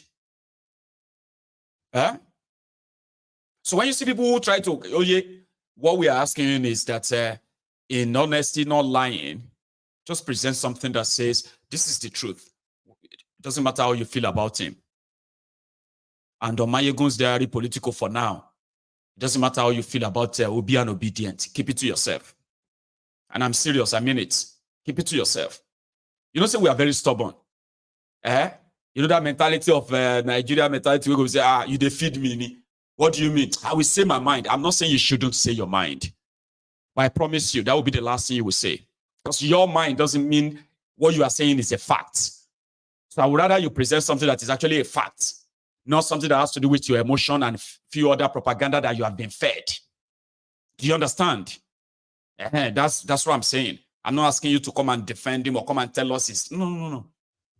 I won't even do that for him. But I also would prefer you stick to what is true than what is manufactured to make it look like it's nothing. Same way they told you that you obedient, you wasted this, you wasted that, and they have done so much to try to undermine what you achieved. On this platform, I told you, if anybody tried to undermine or play down what you did, we saw how you rattled the entire establishment. We saw how you exposed what a lot of people kind of still have some respect for until you show to the world how corrupt and compromised all of these roguish institutions are. You did all of that. It is something that has never been done before. You did it so well that they hated you for it. And the campaign is to make sure that whatever you did is a waste of time, is nothing. There is an effort to make it look like it's nothing. You wasted your time. And I will never let anybody say to you that you wasted your time. No, you didn't. You were a threat, and you remain a threat. And this platform will remain yours to further amplify that your belief. Anybody to but like keep it to yourself. The African Wahala, you know, I'm calling you out now, right? I'm very serious. I'm not asking you to negotiate with anybody with what they say. They are free to say their mind. But that moment, once they start spewing their usual nonsense, please, African Wahala, don't let me see their message before they are gone. Right? And I'm also going to probably appoint 2-3 other spanner men and women on that platform. Because we cannot keep helping them to destroy the people who have found their voice against this rigged system. We cannot let anybody use your I'm just trying to be honest. Honesty here. So nobody's asking you about your honesty here. And that's that. On the side, even though I don't know if some of you probably know this. You know, we're supposed to be dead now. The world was supposed to end today. How many of you remember that? Well, one lunatic, one charlatan, made a video, and he said he's a pastor. People believe he's a pastor because he said he saw vision. All of us were supposed to, or are we dead and in heaven or something? I don't know. By the 25th of April, the world is going to end. If you like, take this serious. If you don't like, don't take it serious. But this is real. Rapture is coming on 25th of April 2024. I saw it very clear. Do you understand? I saw the date very clear, and the Lord ministered to me. It's mentioned it twice. It has happened twice. Do you understand? So I saw myself in nuisance, Lele. You saw nothing, mate. You saw nothing. Just stop smoking that drug. It's probably not yours. It's not good for you. But again, sometimes it's actually a bait. Because a lot of people now we know, this Pastor Lazarus. I've been a Pastor Jacob. Now everybody will start looking for him. Please come and let me look at my future. Do you think I'm going to be a billionaire in the future? Do you think I'm going to marry Mikel Obi in the future? Or I'm going to marry Ronaldo or whatever? You know people now, curiosity. They say they kill something like that, right? But let's leave curiosity and go to Kogi. You've heard a lot about Yeye Bello. Meanwhile, you see the news of yesterday that they were withdrawing the case against Yeye Bello is because the appeal that they are filing against Yeye Bello, according to them, events are sort of override that. So it's no longer relevant, but it's not stopping them from still looking for him. Where they are asking the police IG to help them look for Yeye Bello. I don't know if you have seen this, right? So, but Yeye Bello's deputy, somebody who was Yeye Bello's deputy, very old man, had this to say, that Yeye Bello is a career criminal. Oh, you're criminal, Gidigonio. Like, see, Yeye Bello don't keep policeman before. They had to cover it too. That's what the deputy governor said. I'm going to play it. And listen. It is a meeting of not just people from Kogi East, but people from all over Kogi State. We are gathered to share with you our resolutions after a very keen deliberation. And this is the communique that we have to issue to you. And I read as follows. communique issued at the end of the meeting of Kogi State Forum of Concerned Citizens held on 22nd April 2024 at Abuja.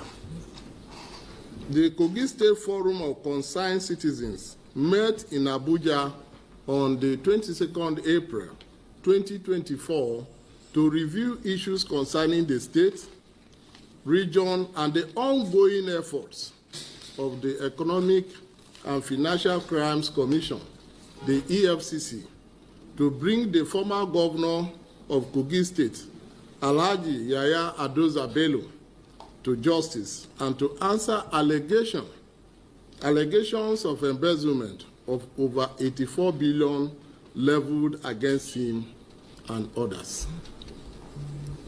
The forum noted the slow pace in bringing Yaya Bello to justice, but however commended the EFCC for rising to the occasion this time around to bring him and others to justice in response to the numerous petitions against him and our previous calls and calls of other well-meaning Kogais and Nigerians. The forum regrettably noted the arrogant resistance to arrest put forward by the former governor, Alhaji Yaya Bello, which tallies with his posturing and crass behavior that he is above the law and can do and undo in all situations, believing that he can always buy everyone in Nigeria as long as his umbilical cord is connected to Kogi Treasury. As we speak, I want to bring to your notice that he has started mobilizing people to protest all over Nigeria. He has mobilized people in Lagos about 2-3 days ago. Today, he has also mobilized people in Kogi State. Every local government is given 3 buses to assemble in Lokoja to demonstrate and to tell EFCC not to arrest Bello. This is his stock in trade, and that is the part he's going again. He believes that he's above the law and that there is no institution in Nigeria that can question him about his 8 years in Kogi State. And I believe that the law of Nigeria is being put to test by his confrontation, and will continue to watch as the events unfolds. The forum further noted that the disgraceful actions of Nigeria police officers attached to Alhaji Yaya Bello by forcefully preventing the EFCC from performing her lawful duties and draw the attention of Inspector General of Police to our various press releases concerning the activities of Kogi State Commissioner of Police, Mr. Bertrand Onoha, who has subjugated law and order in the state to the whims and caprices of Yaya Bello.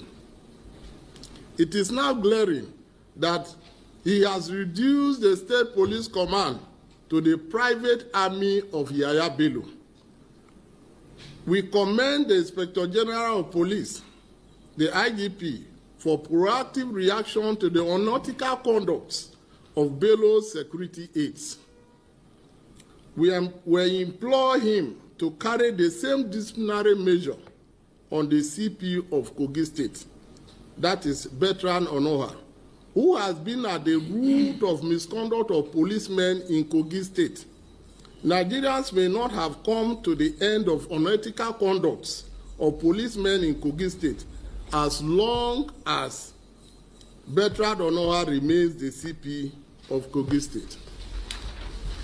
You will recall that this same Bertrand Onoha took along policemen, thugs, and other security agencies to Wanyigba prior the election, attacked the home of our campaign director, killed 2 policemen and 2 civilians, and labeled them as terrorists. Unknown to him, he didn't understand that the people he has killed are policemen that he himself has attacked to the director of campaign. So he has admitted openly that he committed murder. Committed murder because these people were there lawfully on duty and they were killed. Since then, we have been appealing to the Inspector General of Police to do something concerning Bertrand Onoha. Yet, nothing has been. Onoha is said to be the Yaya Bello's wingman. And Yaya Bello is more dangerous than what so many of you even know. I do know that too. Or how many of you have forgotten that Yaya Bello he actually took an excavator and he dug a big hole on about 3 roads that leads to the senatorial district of his political opponents on the day of election, so that the election material won't get there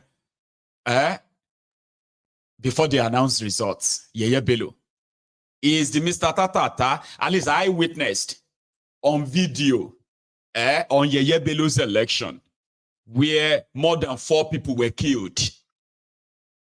For Yaya Bello's election, I have seen where in the same Yaya Bello's election, I have seen where they have shot people during election, during election time, where they were stealing the ballot box. So he's a very violent person, very, very violent person. But he happened to be the governor. Yeti Queen. I'm coming back to you. But let's hear the other part of this, okay? By public officers and his doggedness in maintaining the sanctity of law and order, irrespective of who is involved. The forum further commended Mr. President for not allowing himself to be hoodwinked by the yesteryear haters, turned his bootlickers now that they found themselves in a very tight corner. As a man of many parts, Mr. President has proven that he has a memory of an elephant.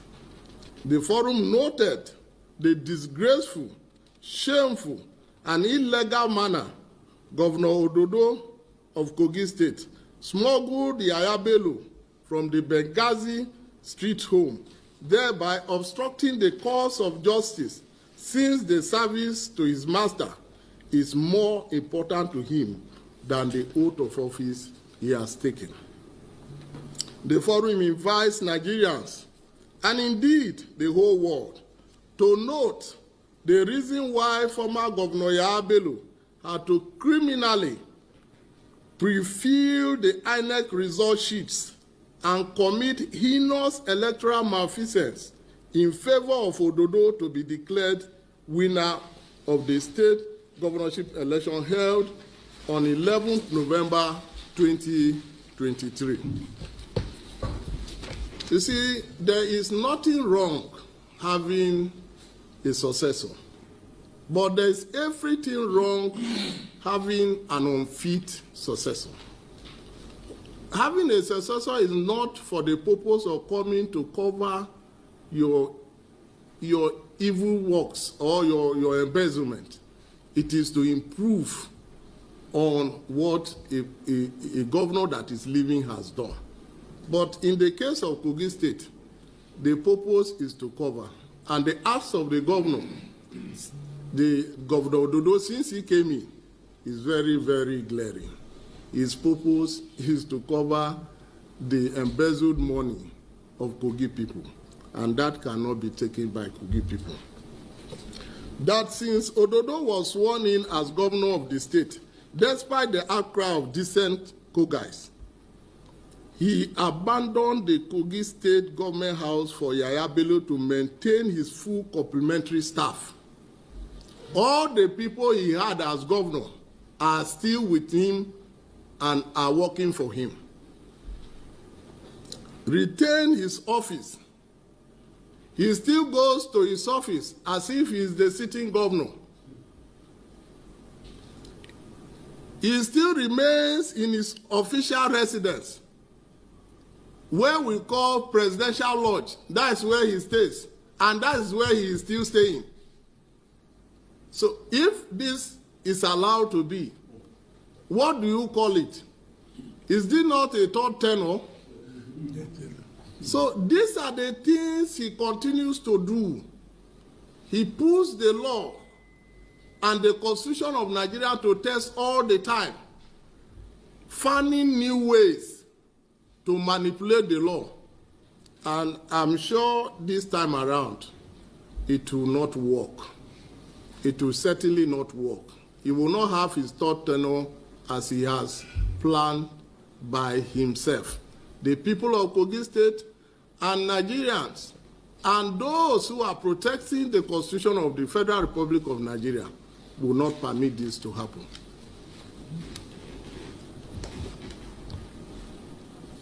He is still in his official residence and he continues to enjoy the paraphernalia of his office as though he is on his third term, and thus providing sanctuary for him to evade arrest or be held accountable for his past misdeed as governor.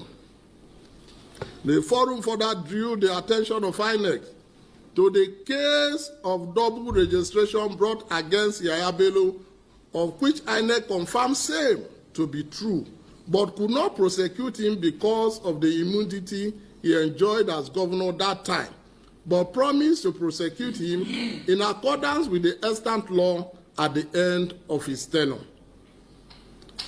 That the INEC should commence the prosecution against former Governor Bello without further delay as deterrent to other lawless and desperate politicians. As you know, it is not permitted for anyone to register twice or more than one time in an election or in the process of voting. But I was an eyewitness to the double registration. If you look at the pictures as presented that time, it is the office of the governor of Kogi State. I was the city deputy governor. And I cautioned them that this registration is going to be a problem. The then law officer of the state advised him that it doesn't mean anything. I said, it means so much. But today, we are face to face with it. I am a living witness to that double registration, and at the right time, we'll do the needful. The forum further drew, the forum further noted the continuous emasculation of the state judiciary and legislation in the power structure of the state.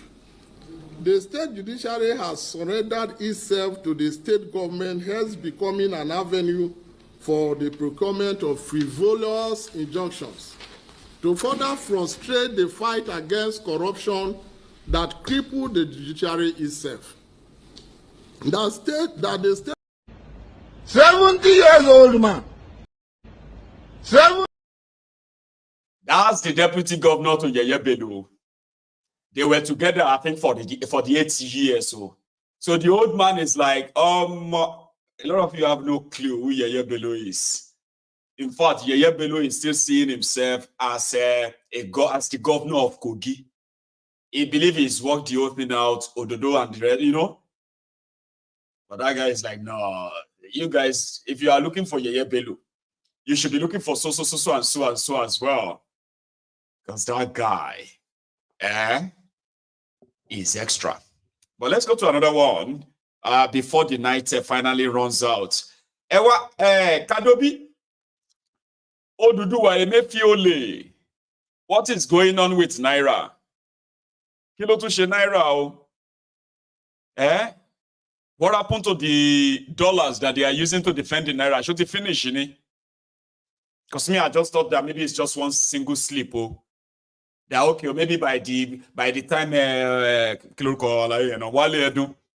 and then Cardo B, Yemi Cardoso, Oduduwa Emefiole, that maybe when they land in Nigeria 3 days ago, they will go and pump in some more money. So they did. They pumped in some money 3 days ago. They gave some money to the Burundi changes so that they could possibly still manage to control and reduce the Nigeria where they drowned. But it didn't work. Oh. Yesterday I said, oh, if I want to send ₦1 million, how much is ₦1 million? I called the person where they helped me send money to Nigeria. And the person came back and said, well, that's going to be, listen, he said that's going to be £695. Okay, how much is 800? 800 is going to be £588. Okay, send 800. Oh, sorry, we couldn't send it. There was some problem today. Can we do it tomorrow? Sure, do it tomorrow. That will be today. So they sent it. And guess what? Between yesterday and today, I don't save £50, £55.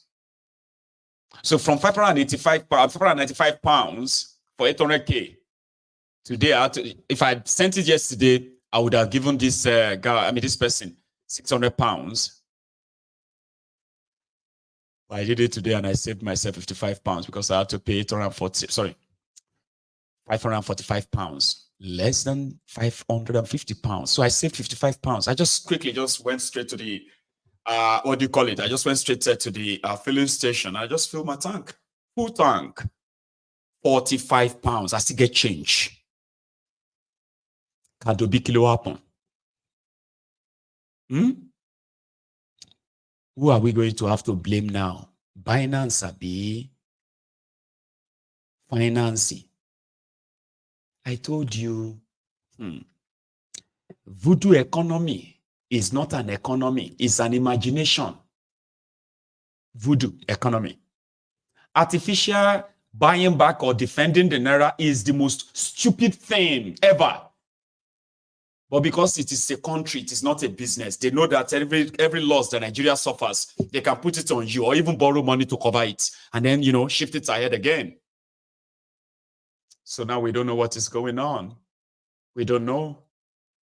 A pound is now 1,700 Naira.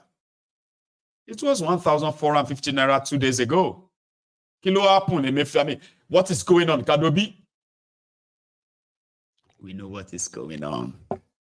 They will need to empty every penny inside your foreign reserve. If they want to keep your Naira under 2,000. If you don't want the Naira to go to 2,500, 4,000 Naira to $1, they better start looking for more dollars now to buy back. I told you, you cannot defend the Naira when you have no electricity.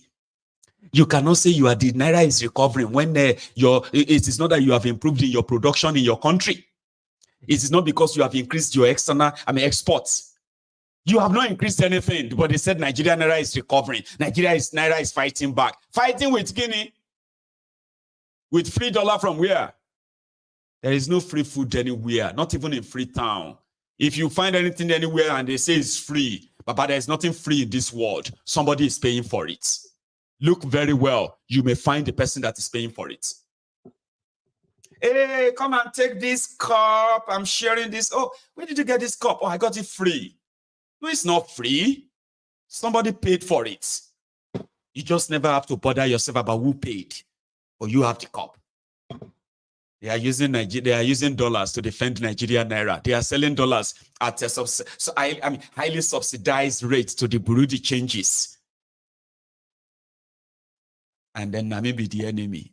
You, this Maiyegun, you are the enemy of Nigeria. Why are you not happy? Nigeria Naira is now gaining strength. This Maiyegun is not talking again. Are you mad?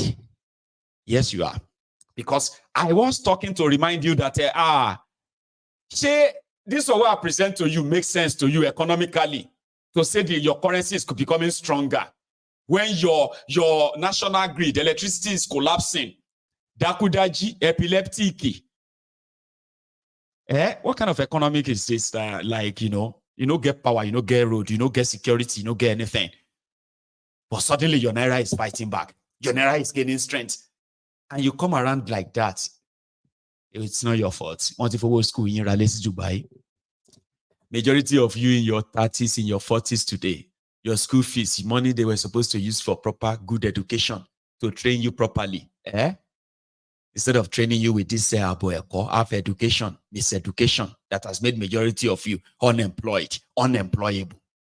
They've used your money to go and buy houses in Dubai, to go and buy houses in this or that. And that is why a lot of you can always believe in voodoo economy. Voodoo economy, artificial. I'm not your enemy. You are defending your enemies. Those are the people whose actions will continue to make you poor. I am supposed to be flangering, like feeling cool if I am a selfish person. Because the destruction of Nigeria actually makes me rich. I don't like that kind of rich. It is a dangerous rich. Okay? Yeah, the destruction of Nigeria makes me rich.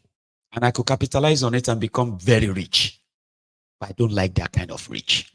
At the expense of a lot of you, children, women, whose economy has been stolen, destroyed. And you are existing in that economy. You are going to live in that economy. You are existing in a world that is already rigged against you. It's like going into a football match. You and the world.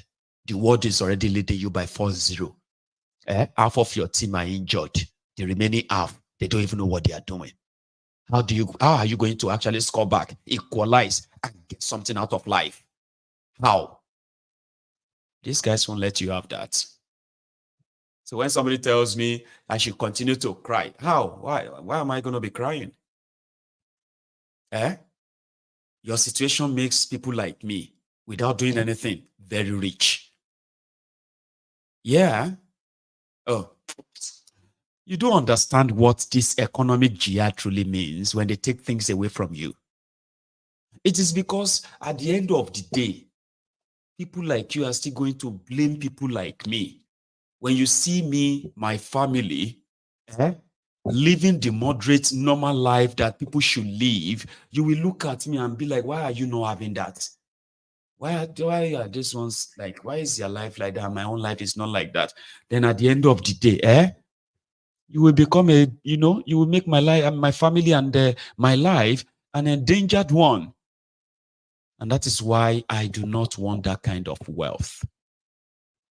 So I will speak out now, because I know no amount of money that I can have in this whole world, right, can save me in a disorganized, disjointed, and intentionally underdeveloped contraption like Nigeria. My money won't save me. So why should I be interested in that money rather than your soul, your liberty, your own free will to tell you to stop defending the criminals who wishes you no good? I'm not your enemy. I'm not your enemy. Okay? But if you don't see it that way, that's your problem. They keep making all these horrible decisions. These decisions are killing businesses. These decisions are destroying, investment and all that, destroying lives, breaking up a relationship, breaking up families. This is their doing. Okay? And if somebody like me could have a way of influencing you to stop them, that means I'm trying to save your life. I'm trying to save my life too. I am. But they will never stop until you stop them. They won't. In a country where criminality is very much rewarded, never punished, they won't. But maybe Edo people will be different, sure. This one happened in Edo State. And this exchange or exchanges. You leave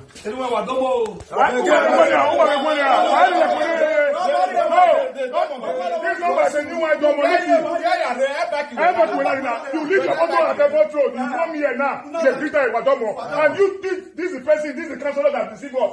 This is your come back.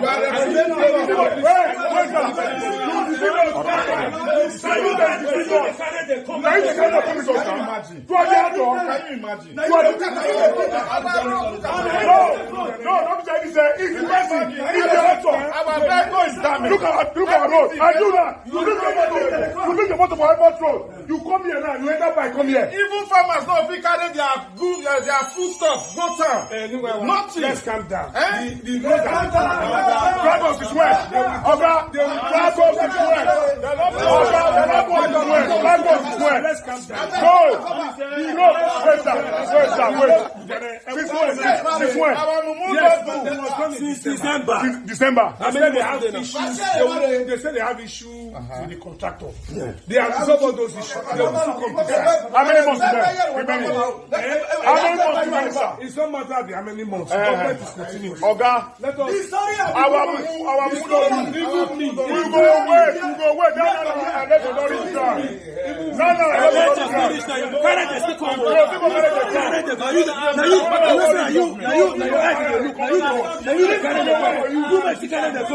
We want for you. No problem. We don't the quarrel. Now meeting on another meeting. You know what? Let's. Message now, please. Represent us where?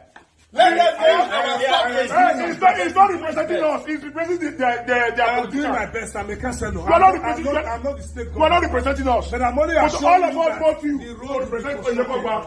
But we're not doing that. You're going to be constructed. How long? Since when? When?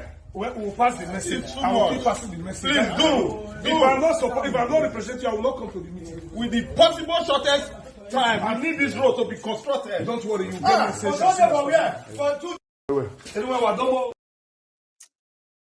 Edo people they give voice, say, oh, we know they talk back. Don't come here again. Wait till your boss seki. I swear words and all of that stuff. Okay. Now that's people trying to say you failed us, so you shouldn't come back here and ask for our votes. Interesting if they can stand that, because that's why it is like in Edo State right now. Excuse me. So that's why it is in Edo State right now, where people are being told to not blame Obaseki too much. Let his economic advisor or what have you be your next governor. Then he will continue from where Obaseki is going to stop, Papa. It's been a long time I've been to Edo State. I've not been to Edo State for the past, let's say, maybe about 20 years I've not been in that place. Well, before then, I've kind of have a way. I've been to Edo.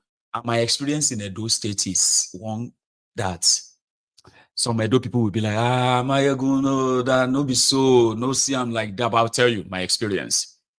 Babu, I don't know if my uncle is watching, right? He's probably watching. So I have this my uncle, Babu, and then I have this auntie who happened to be Tabo's sister, senior sister. So our mother-in-law died. So she died in London and they brought her to Nigeria. And we did Nigeria that time. So it was time for the burial. So they, rich guys, right? Abroadians. So they gave all of us clothes, like bought clothes for all of us for the party. So we found ourselves and found our way to Benin. So when we got to Benin, it was it was one memorable journey. I won't forget that. It was lovely. That was my first time of traveling a long distance, and it was so amazing. Then the party started, and their party, they were Christians, and so the party was going to start late, kind of. So we started the party around maybe 7 or 6 in the evening. Rich people now, the entire place was like a day, right? There was light, there were drinks, food, and all that. Everybody was like there, flexing and all that. Then we started looking back, outside the tent areas where there were lights that were so bright, yeah, you could see people sitting, initially, you see some people sitting in front of their houses. Okay. And the houses were like that, like compound like that, right? People sitting in front of their houses like that.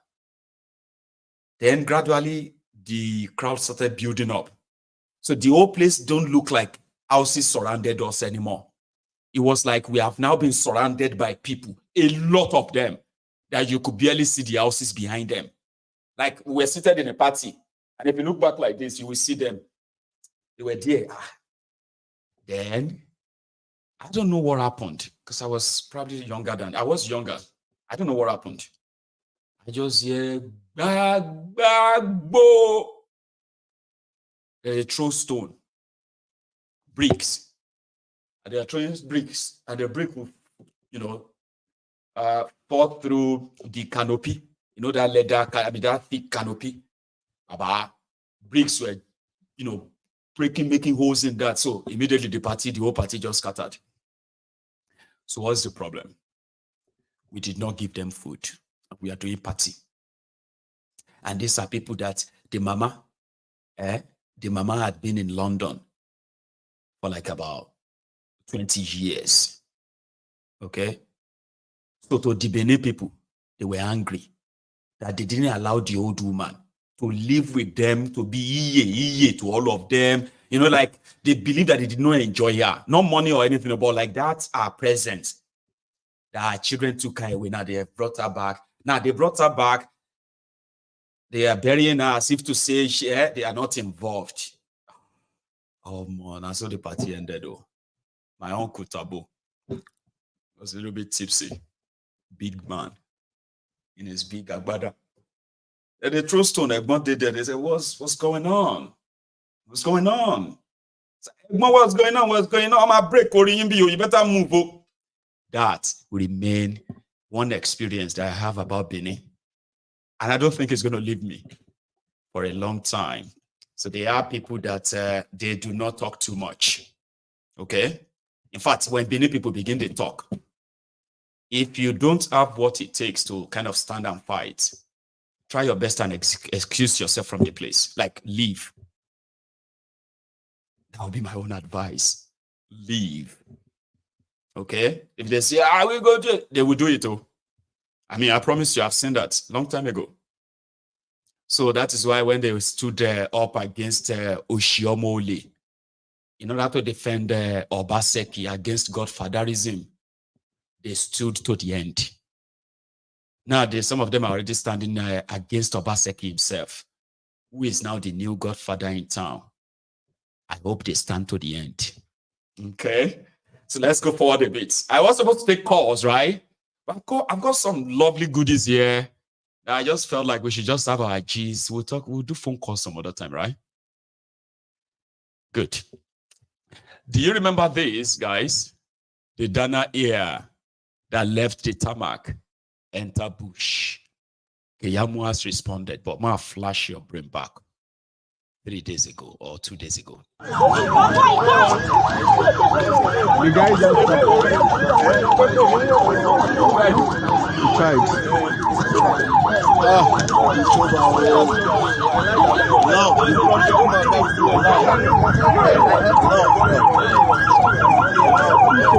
We're just lucky, just arrived this morning with the crash, Ghana Airline.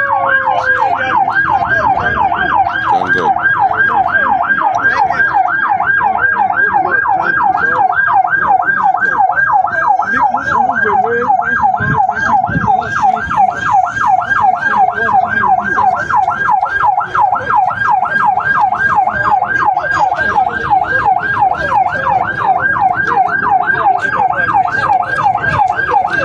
Fire service just arrived. Hello everyone, please, I need you to gather together, please. Let's come together. Let's go that way. Please come along. Stop taking videos and please come. We need to do a head count quickly, please.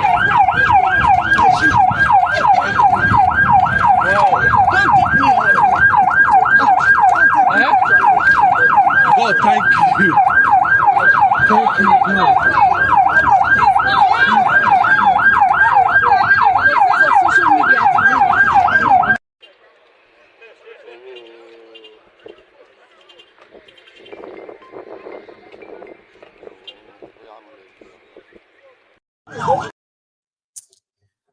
Yeah, that was 2 days ago, and everybody was happy that there was no casualty. 85 passengers escaped death when they are playing while taxiing or landing and taxiing. I'm gonna. Taxiing is when you want to take off, Abby. What do you call it when you land and you are trying to park the plane? Isn't that taxiing too? Or parking? Anyway, Shaja lose the brake. The plane lost, I don't know if he lost his brake or something, but that's the explanation because they couldn't hold it. He entered bush. Otobokeyamu has now responded. They have suspended it. They've suspended the Dana airline for safety reason. I support that too, but some said it's extreme. Listen to Otobokeyamu on the matter. It was with Shew this afternoon. Who are agitating are quoting the law, which you probably are very familiar with. And sad incident, looking at a history of Dana, this is happening again. But give us an update of what exactly is going on. You know the books of Dana, you know what is going on. And the NTA, under your leadership, has gone to say they will do an audit to show the health status of the airline in terms of financing and operation-wise. What exactly is going on with Dana Airline? Well, Sheol, thank you. For me, the last thing I want to happen to me as Minister of Aviation is to have blood on my hands, blood of innocent Nigerians as a result of either the negligence or deep complicity or corruption of those who are supposed to be regulators of the aviation industry. As Minister, my job is to supervise them and to ensure that they carry out their duties. My duty is not to regulate. So those who quote the law, who are quoting the law, they should know that I know the law more than they do. My duty is to supervise those who are supposed to carry out their legal duties and to tell them when they are not doing their duties, to tell them to do their duties. So one of my first KPI is to ensure the safety of our airspace and to ensure that the regulators also do their job. So when I came into office, even before I came into office, I'm sure you have heard of consistent incidents involving perhaps Dana Airline, to mention a few of them. I'm sure you heard at the point that on approach to the runway at a point, the door flew open. You know that popular incident. A door of an aircraft flew open. So who are the engineers that are supposed to look at this? Who are the engineers that are supposed to check, for the safety of the aircraft and, its parts? There were also incidents involving, one or two of his aircrafts at different times, consistent, after the fatal crash of Dana the other time that killed Nigerians. There was, of course, internal reports. I don't want to deceive Nigerians because this involves their safety. As aviation minister, I owe a duty to Nigerians to be honest and frank to them when it comes to their safety, the flying public. So there were internal reports before I came, not me, by the same regulators. Under your predecessor? Under my predecessor. What does it say? About, series of infractions. By the same airline. Series of infractions. And the conclusion, of course, that they were not healthy enough to fly their fleets. But they went into the skies after such a report. What they did, how thorough they did it, before they now said, okay, start flying again. We don't know. They have not convinced me. So my own point is that, look, whilst we argue about, back and forth, who has power, who does not have power, the point is that the flying public is at risk. And if anything happens, Sheung, if anything happens, any tragic incident happens, it is the minister they will call for his resignation. I'm sure you know that. Mm-hmm. Nigerians will not spare the minister. So if that is the case, what is my role as a supervisor? What is my role? Am I a lame duck minister? And in any case, I'm sure you saw the release by the NCA. The NCA took that decision. I threw my weight behind them. But I also gave them a directive to do their job. So I did not write to the airline. Hold on. I did not write to the airline. Take note. That is taking over the powers of the NCA. I did not write. I told the people who are supposed to do their job, do your job, which is my job. That's still preferred. That's still kind of all right, yeah? But now he's going to react to those who are saying that he is overreacting. Oh, come on. You shouldn't even have suspended them. Listen to me. Anything that has to do with safety, I do not joke with that. Nobody should. So I don't know. It's just that it's so difficult to trust Otobo Keyamo. I don't believe he's saying the truth because of his antecedents. So I don't trust him. I'm going to have to on this matter. Okay? I mean, I just have to, even though it's so difficult and tough. Safety really matters. In Nigeria, corruption is a very dangerous thing. It's so bad that it is a great risk to lives and properties. When you compromise a standard, you will be putting people's lives at risk. And that life could be your life, could be my life, could be anybody's precious lives. That corruption has made them, because of little monetary gain or what have you, they've compromised their standard. They put our lives at risk. Some of you who are in Nigeria, you have been living in America, living in Europe, or living in all this part of the world. Then you are in Nigeria, you have to do your Psalm 25, I'll be Psalm 23, because you want to enter a plane craft, because you just have no idea if they are actually, following up the health and safety standard or every standard in, the normal industry standard that allows them to fly, and you are not flying in a flying coffin. So that's why I'm going to give him a pass. If he says Dana here, he doesn't trust what they presented as their own bill of clean health. I don't trust Otobo Keyamo. I just have to. But is he doing anything about it? Maybe not. Then he had this to say about those who have said he is overreacting, and he said majority of them are puff sellers at the airport. Now they are now aviation experts. The usual. That's why I don't trust him. You get that now? He himself is a complete twat. A total misfit. And as Nigeria is just about just walk about and pretend to be in charge or know what you are doing, other people will do it for you. So here is Otobo Keyamo's response. My role, am I a lame duck minister? And in any case, I'm sure you saw the release by the NCA. The NCA took that decision. I threw my weight behind them. But I also gave them a directive to do their job.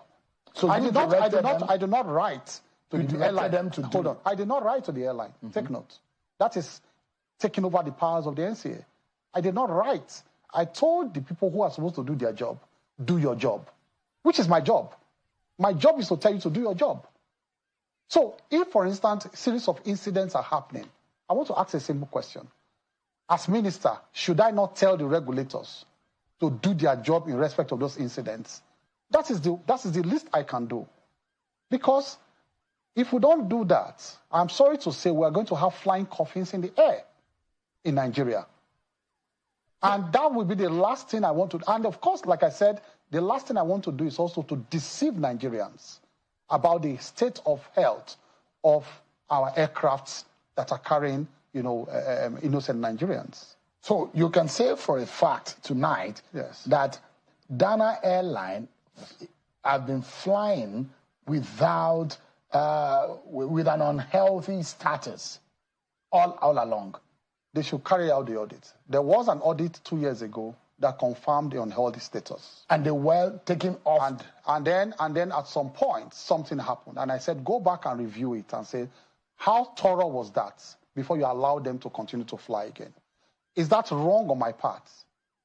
You see, let me tell you the problem, Sheon. The problem with Nigeria, with the sector I find myself, is that we have people who claim to be experts everywhere. Everybody's an aviation expert. People who have sold puff at the airport will tell you that they have been at the airport for a long time, that they are aviation experts. And I have challenged them over and over and over again since I came to office. Come on TV. If you think you have better ideas and better way to run the aviation sector, let us have a debate. Because what we have done since we came is to set clear priority areas for ourselves. And these priority areas, we are pursuing them with all honesty and vigor and with the renewed hope agenda of the president. So what so, ask the question, if Dana Airline, that's what I wanted to take out from you. Yes. If Dana Airline has had issues on the health status of their operation, how then are they being able to fly? Have you done a thorough audit of your own ministry, of your own agency, which shows that they have endangered the lives of Nigerians by allowing people to fly Dana, even when they know that there is no certainty on the capacity or the health status of that airline? Unfortunately, I'll have to say this, I won't run away from it, that there is deep complicity within the system. And the cleansing process will start and continue till I get to where I'm going. The cleansing process from within the system, because you see regulators at times buying big houses, driving big cars. Regulators who are supposed to be public servants. How do they do this? Because they are endangering the lives of Nigerians by cutting corners. Do you know that they falsify reports, certain people? I'm not talking about Dana now, so I'm not going to say I'm here on the campaign against Dana. I want them to survive. See, I told you I don't trust him. I can't trust somebody like that. He's a very dishonest person. That's a very, very important conversation they were having there. Shewun asked him repeatedly, listen, can you confirm that Dana Air has been flying without any airworthy clearance? Can you confirm that? You are the minister, tell us. Then he went on to start talking about some people. They'll think they know about the aviation sector. If they think they know, because they have been around the airport selling puff or selling gala for so many years now, they are thinking they have what do you call it? They are experts in aviation. Alaye, you demand ini. Answer this question. Kia Jo. Shemu asked him again. Are you saying that Dana Air has been flying when they shouldn't? Nigerians have been buying tickets. They have been entering their planes and they have been flying when they shouldn't be flying at all. Answer the question. Then he went on again. Oh, people have been cutting corners. We are doing investigation. There are some people within. You demand in Otoboke Yamo. That's why I said I don't trust him. They are criminals enough that they can't really give you the straight answers. They can't. When you look deeper, there's always something they are covering. And listen, this one is something that that will take lives.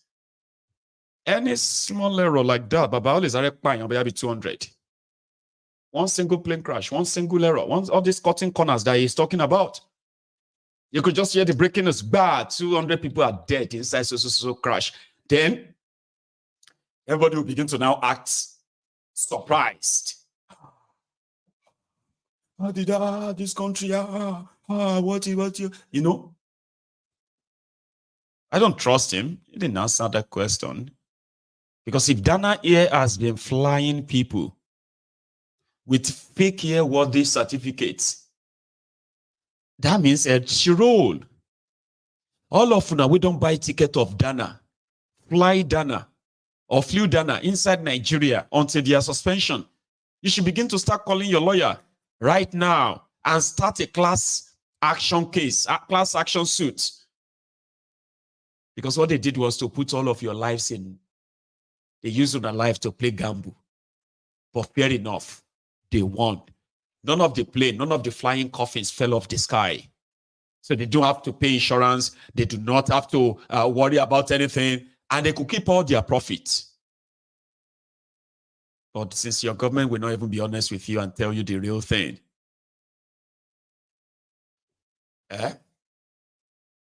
so you just have to wait until something happens later, and then you'll be like, oh, where is the minister? Where is the president? Anyway, Kolu is in the Netherlands, okay? Even Netherlands, no? Brussels is Belgium. Netherlands is Holland. And in Holland, you have, okay, it doesn't matter. But they saw Kolu who went to see the prime minister, being a president of Netherlands, okay? And he's so happy. He's so happy that he's been welcomed into Netherlands, a drug dealer. America released some info, or released some statement yesterday. Hypocrite America. Now they are talking about how Tifnumbu and the APC Egbekegbe denied the Igbos from voting in Lagos and everybody that looked like Igbo. Now they are talking about it. They are talking about how the violence, the manipulation, the this and that marked the election in 2023. Who are they deceiving? So the druggies everywhere. And again, mind you, I have an announcement to give to you. They said, somebody said that if you can bring any proof that Tifnumbu actually won the 2023 elections, you may be winning yourself a $10,000. So I'll go look for that person and I'll bring the link around there. Yeah, if you can bring a proof with the result of the elections, that Tifnumbu won the 2023 election, you could win yourself a $10,000. Not even INEC can bring any proof. What is his name again? Your professor, no, your professor. Mahmoud Yakubu, Mr. Yakubu, your INEC chairman that announced election results, okay, that he manufactured himself. Do you know that for February, okay, for over 14 months now, since you participated in your charade elections, do you know that till now, INEC has not uploaded up to 70% of the results till now?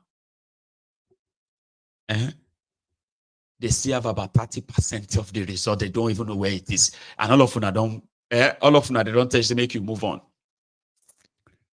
Meanwhile, there's no official result of the election except what Yakubu announced. But there is no proof of it. There is no proof of any of those figures anywhere. Or maybe you can find it and then win yourself a $10,000. Cool money. And you can even call your missus. Not like this one, okay? Call your missus to make you something and show something. Your mouth? Oh, Hasu, please. Look at you. Please give me your hand now. Is it because I haven't put one in your mouth today? Stop begging for please, I want to. Please beg. I'm begging you. One for Sahara reporter. Hey! Your mouth. The moronic former minister of aviation for Food Kayode. So for Food Kayode, who happened to be who was sitting in the office of where Otobokeyamo is now. For Food Kayode was the Minister of Aviation in Nigeria 12 years ago when the Dana Air crashed. No, was it? All right. Or maybe not. No, that wasn't him. Was it? Okay. It was the aviation minister that recorded, what they believe was one of the.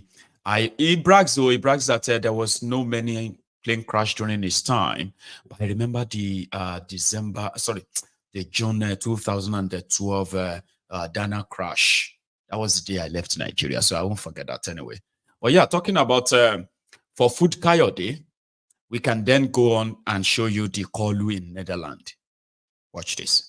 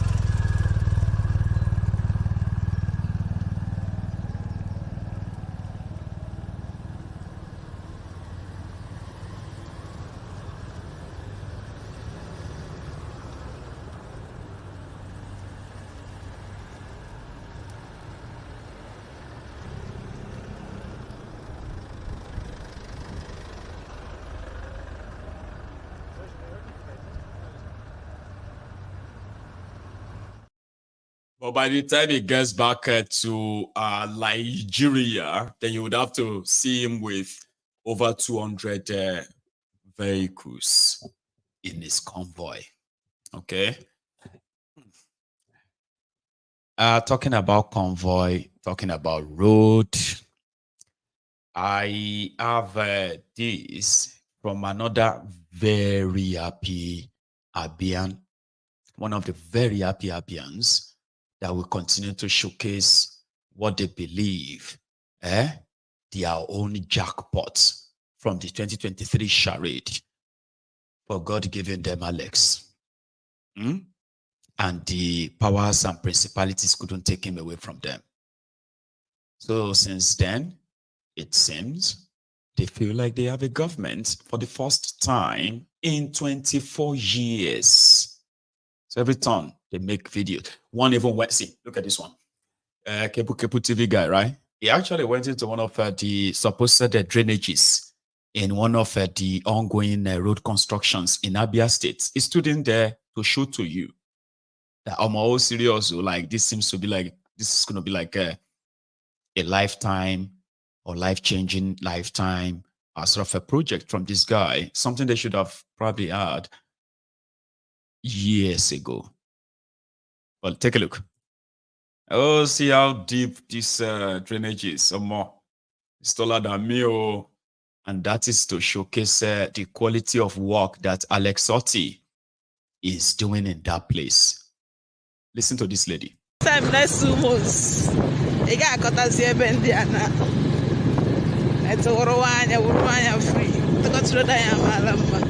The name would be said every on the way has a river. Said about though, got the adequate. I want to meet at the less now have your fish here back. Fish share. The left got the end hour where do now. Lele Fukota. Then when they get it up, you got that. I want to talk red sand, red sand there. I will check one I walk a sharp sand. Yana walk. It was just right like channel on this side. Then I for the almighty Orata Johnson. Even I never the channel. Also, why? As I'm talking to you, me no another stop on herself. Hey, with the Lord, make all the way, like good rata. If we ever have this rata Johnson, they might say rata. If we ever, however, that's when it's around days. There's a side. I watch have a go. I can I watch have a go. No, so Lele Fukota, he hauro, where water Lele Fukota, he had a watch every week. In let's I watch a bebo, I will go to the bank out. Yakaga would do even the other, although I will want to side out. Leave the God through guy, for gone on one side. going on one. The entire IRB. Close up. Let's go. It's in there. Ever and Atom. Snake me right. Got through that, yeah. I'm get you. I hear you say they make my home. But we are heading to that. You will never understand if you are not from Abia State. I'll keep reminding you. You will never understand. But for the people, for the workers, or let me say people living in Lagos State and they are working in Lagos State, people living in Ogun State and they are working in Ogun State, Sanwo-Olu says Stephen is planning to pay you or announce, no, to the rest of Nigeria, okay, is planning to announce a minimum wage. He didn't say, excuse me, he didn't say how much, but he was able to say how much they are willing to pay. Sanwo-Olu said Lagosians or Lagos workers could be collecting up to 175,000 naira minimum wage soon. But that one is coming. But according to him, he has been paying 70,000 naira as minimum wage in Lagos since January. I don't know how true that is, so. But dubious Dapo of Okemoson, dubious Dapo of Ikperu, has made his own announcement as well. He said he's going to pay workers 70,000 naira instead of the 30,000 naira that is the main thing. He hasn't started paying. But Sanwo-Olu said he's been paying already. But Dapo is yet to tell us when he's going to start paying it. But it doesn't matter anyway, but it's an announcement, right? You tell me if they are lying. Sanwo-Olu, explain it, please. By the grace of God, very, very, very soon, we'll see a new minimum wage that will be approved for the federal government and for the state government. The civil servants and all public officers, they know that since January, we have continued to pay the wage allowance of minimum of 35,000 over and above what they were earning before. If they are not saying it, let us say it. So what it means is that people that were earning a minimum of 35,000-40,000 before, they are now earning over 70,000. That's what as they've been enjoying since January. So it's important for people to know and for us to lay these things very clearly. That this government has doubled up to ensure that at this difficult time, it has not left its citizens on their own.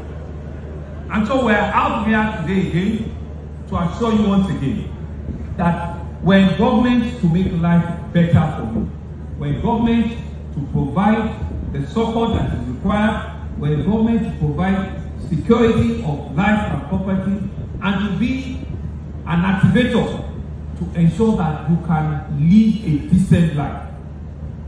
You can live a decent life. And that's Nuisance Lele. Nuisance Lele. His name is Adegator, Governor Ade Pointer. Did you see his hand? He's Governor Pointer and Kill, the Sanwo-Olu of Lagos. He is indicted in this new American release that they used their they used their violence, intimidation, and others to stop the Igbos from exercising their supposed rights in Lagos. And this was also extended to the Yorubas and other non-Igbos suspected to be, against APC. They were told never to come around or say they want to vote for, vote for another party except for the Sanwo-Olu and his gang. So, Tunde, you remember that guy you remember Tunde Onokoya? Yeah, the new chess master from Nigeria. Tunde, the world record breaker. Tunde. Well, Tunde is back in Nigeria. And when he got back to Nigeria, he met Sanwo-Olu. Now, meeting Sanwo-Olu, Okay, Tunde was in the US last week, where he was participating in that world record. Yeah. So the effort was as Tunde was playing that chess in America, Tunde was using that occasion to raise money. He was planning to raise $1 million so that he could use the money to provide education, access to education for the poorest children in Africa, including in Lagos.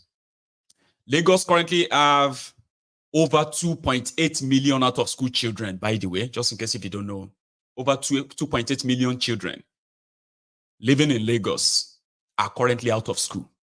They were supposed to be in school, but they're out. I actually should have told you that earlier. All right? So Tunde wants to put a lot of them back in school.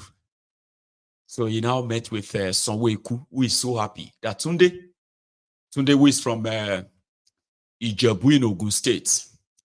So Tunde bringing glory to Lagos. And Tunde promising to use part of that money to send the children that government couldn't put in school. He was going to send them to school. You know something? Sonweku now hosted him. Sonweku now pledged to work with Tunde to help Tunde put some out-of-school children in school. Isn't that ironical? Irony of life. The governor of the state with over 2 million out-of-school children pledging to help a private citizen who went to go and raise some money so that he can put some children that the government failed to put in school, he can put them in school. Then the government turned around and said, oh, we will make sure we help you and support you and make sure we put the children you want to put in school, work together as a part. God damn it, man. And I gave you that. Sure you get. So it's ridiculous that Tunde wants to do the job of government and the government is very happy to partner with him. When I say partner, right, it simply means that they will write him a check. Tunde Onokoya Foundation for Children's School Fees. And Tunde will use the money and send the number of them that could go to school. But as a government could send everybody to school without Tunde. And Tunde can focus on something else. Okay? But here we are. The government says they will work with. Well, as they say, right? Until they happen for Nigeria, they happen for Ghana. If you haven't been to Ghana before, I could take you there right now and show you some madness there. But for a few seconds, you will see Ghana police, you will see Ghana drug dealer. And then you see the way they rap. And a lot of, this can probably bring some, nostalgic feelings or remembrance to you. Then catch this guy during a stop and search. Alaye dropped the bag of Igbo when they carry. Can't run away. They catch him. And this happened. You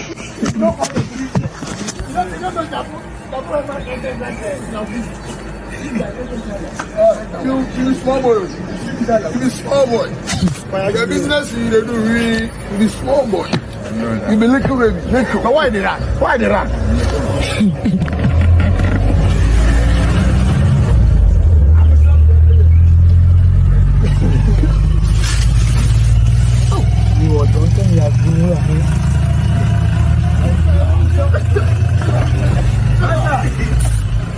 Why they run?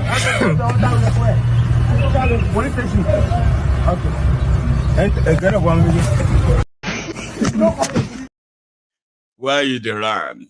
Why you the run? Why are you running? That's what I say. Anyway, Sha, I think that would be us. Because I didn't take calls, okay? So that's going to be us. And I want to say a big thank you to all of you who joined me tonight. I was initially practicing out these two cameras, so to say, right? But it's, something that's so a bit strange. Sorry about that. So thank you so much, everyone, for your time. I am going to see you some other time, okay? We are nearly 1,800 of us on YouTube, but only 600 or 500 of you could actually pay their offering. Don't leave this broadcast without liking the video. At least that's the least you can do. I will see you some other time. Enjoy the rest of your evening or day. Good night from here.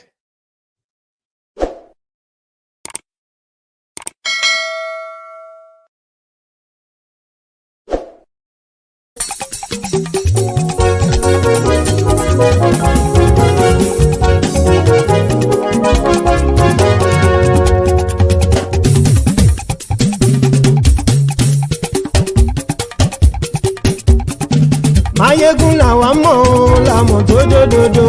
Maiyegun diary na him be number one. Maiyegun làwa mọ̀ làmọ̀ tó dòdòdò. Maiyegun diary na him be number one. Maiyegun ti dé o ọ̀rẹ́ ara ìlú. Maiyegun diary na him be number one. Lórí Facebook lórí YouTube. Maiyegun diary na him be number one. Gbogbo bó ṣe ń lọ ni Maiyegun já wa sí. Maiyegun diary na him be number one. Àṣírí ọ̀jẹ̀lú kì í bò níbẹ̀ o. Maiyegun diary.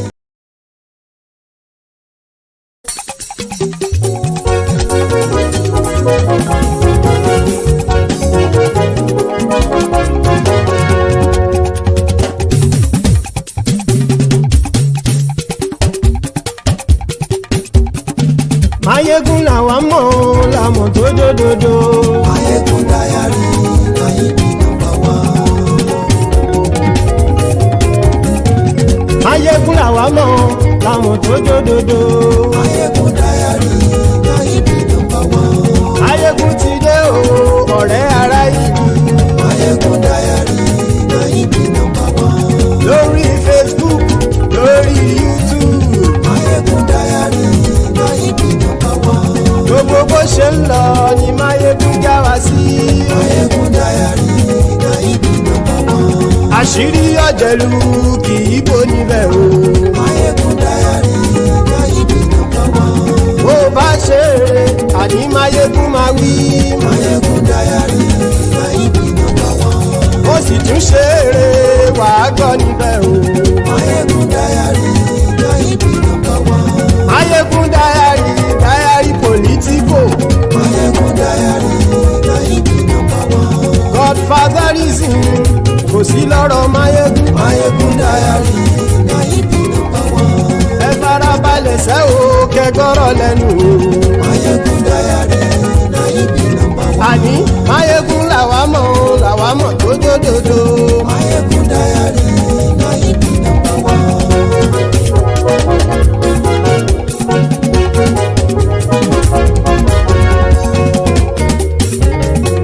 Àní ẹ̀sùn ràkì. Maiyegun ti dé. Maiyegun ti dé. Ọ̀jẹ̀lú ẹ̀sùn ràkì. Maiyegun ti dé. Àní ẹ̀sùn ràkì. Maiyegun ti dé. Lórí Facebook. Maiyegun ti dé. Àní ẹ̀sùn ràkì. Maiyegun ti dé. Lórí YouTube. Maiyegun ti dé. Àní ẹ̀sùn ràkì. Maiyegun ti dé. Bọ́ bàbá gbé wúrẹ́. Maiyegun máa wí. Àní ẹ̀sùn ràkì. Maiyegun ti dé. Ijó ìgbádìyẹ. Maiyegun máa wí. Àní ẹ̀sùn ràkì. Maiyegun ti dé. Pẹ̀sìdó bá rúfin o. Maiyegun máa wí. Àní ẹ̀sùn ràkì. Maiyegun ti dé. Kí gómìnà kówó jẹ. Maiyegun máa wí. Àní ẹ̀sùn ràkì. Maiyegun ti dé. Ọlọ́pàá ti ń darí bá. Maiyegun máa wí. Àní ẹ̀sùn ràkì. Maiyegun ti dé. Aṣòfin ti ń rúfin o. Maiyegun máa wí. Àní ẹ̀sùn ràkì. Maiyegun ti dé. Òpùrọ́ olóṣèlú. Maiyegun máa wí. Àní ẹ̀sùn ràkì. Maiyegun ti dé. Ọ̀jẹ̀lú ẹ̀sùn ràkì. Maiyegun ti dé. Àní ẹ̀sùn ràkì. Maiyegun ti dé.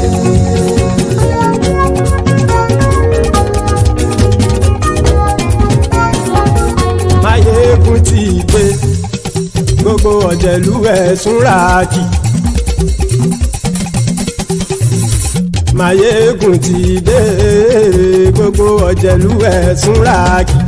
Ṣùgbọ́n ní bá ti ṣe èyí tó yẹ kí wọ́n ṣe ọmọ bá dèrò ní fi wọ́n níran o. Maiyegun ti dé. Gbogbo ọ̀jẹ̀lú ẹ̀sùn ràkì. Maiyegun ti dé. Gbogbo ọ̀jẹ̀lú ẹ̀sùn ràkì.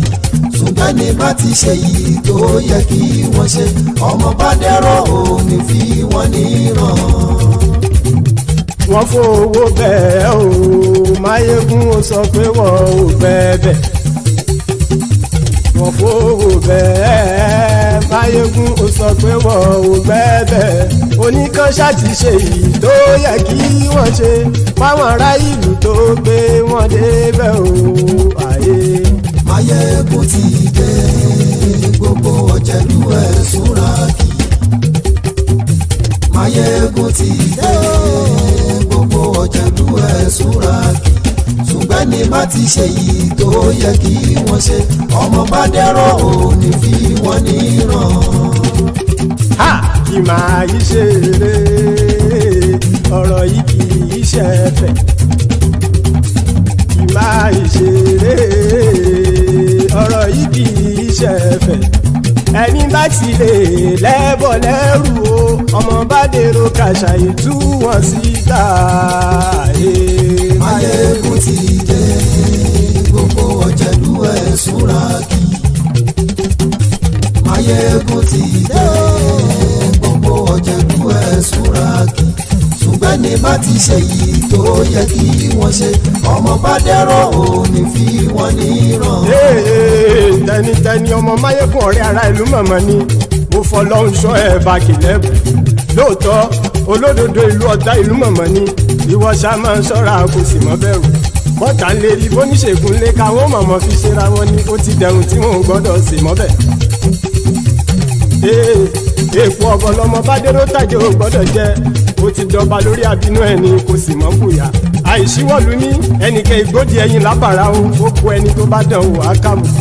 Maiyegun ti dé gbogbo ọ̀jẹ̀lú ẹ̀ túnra kì.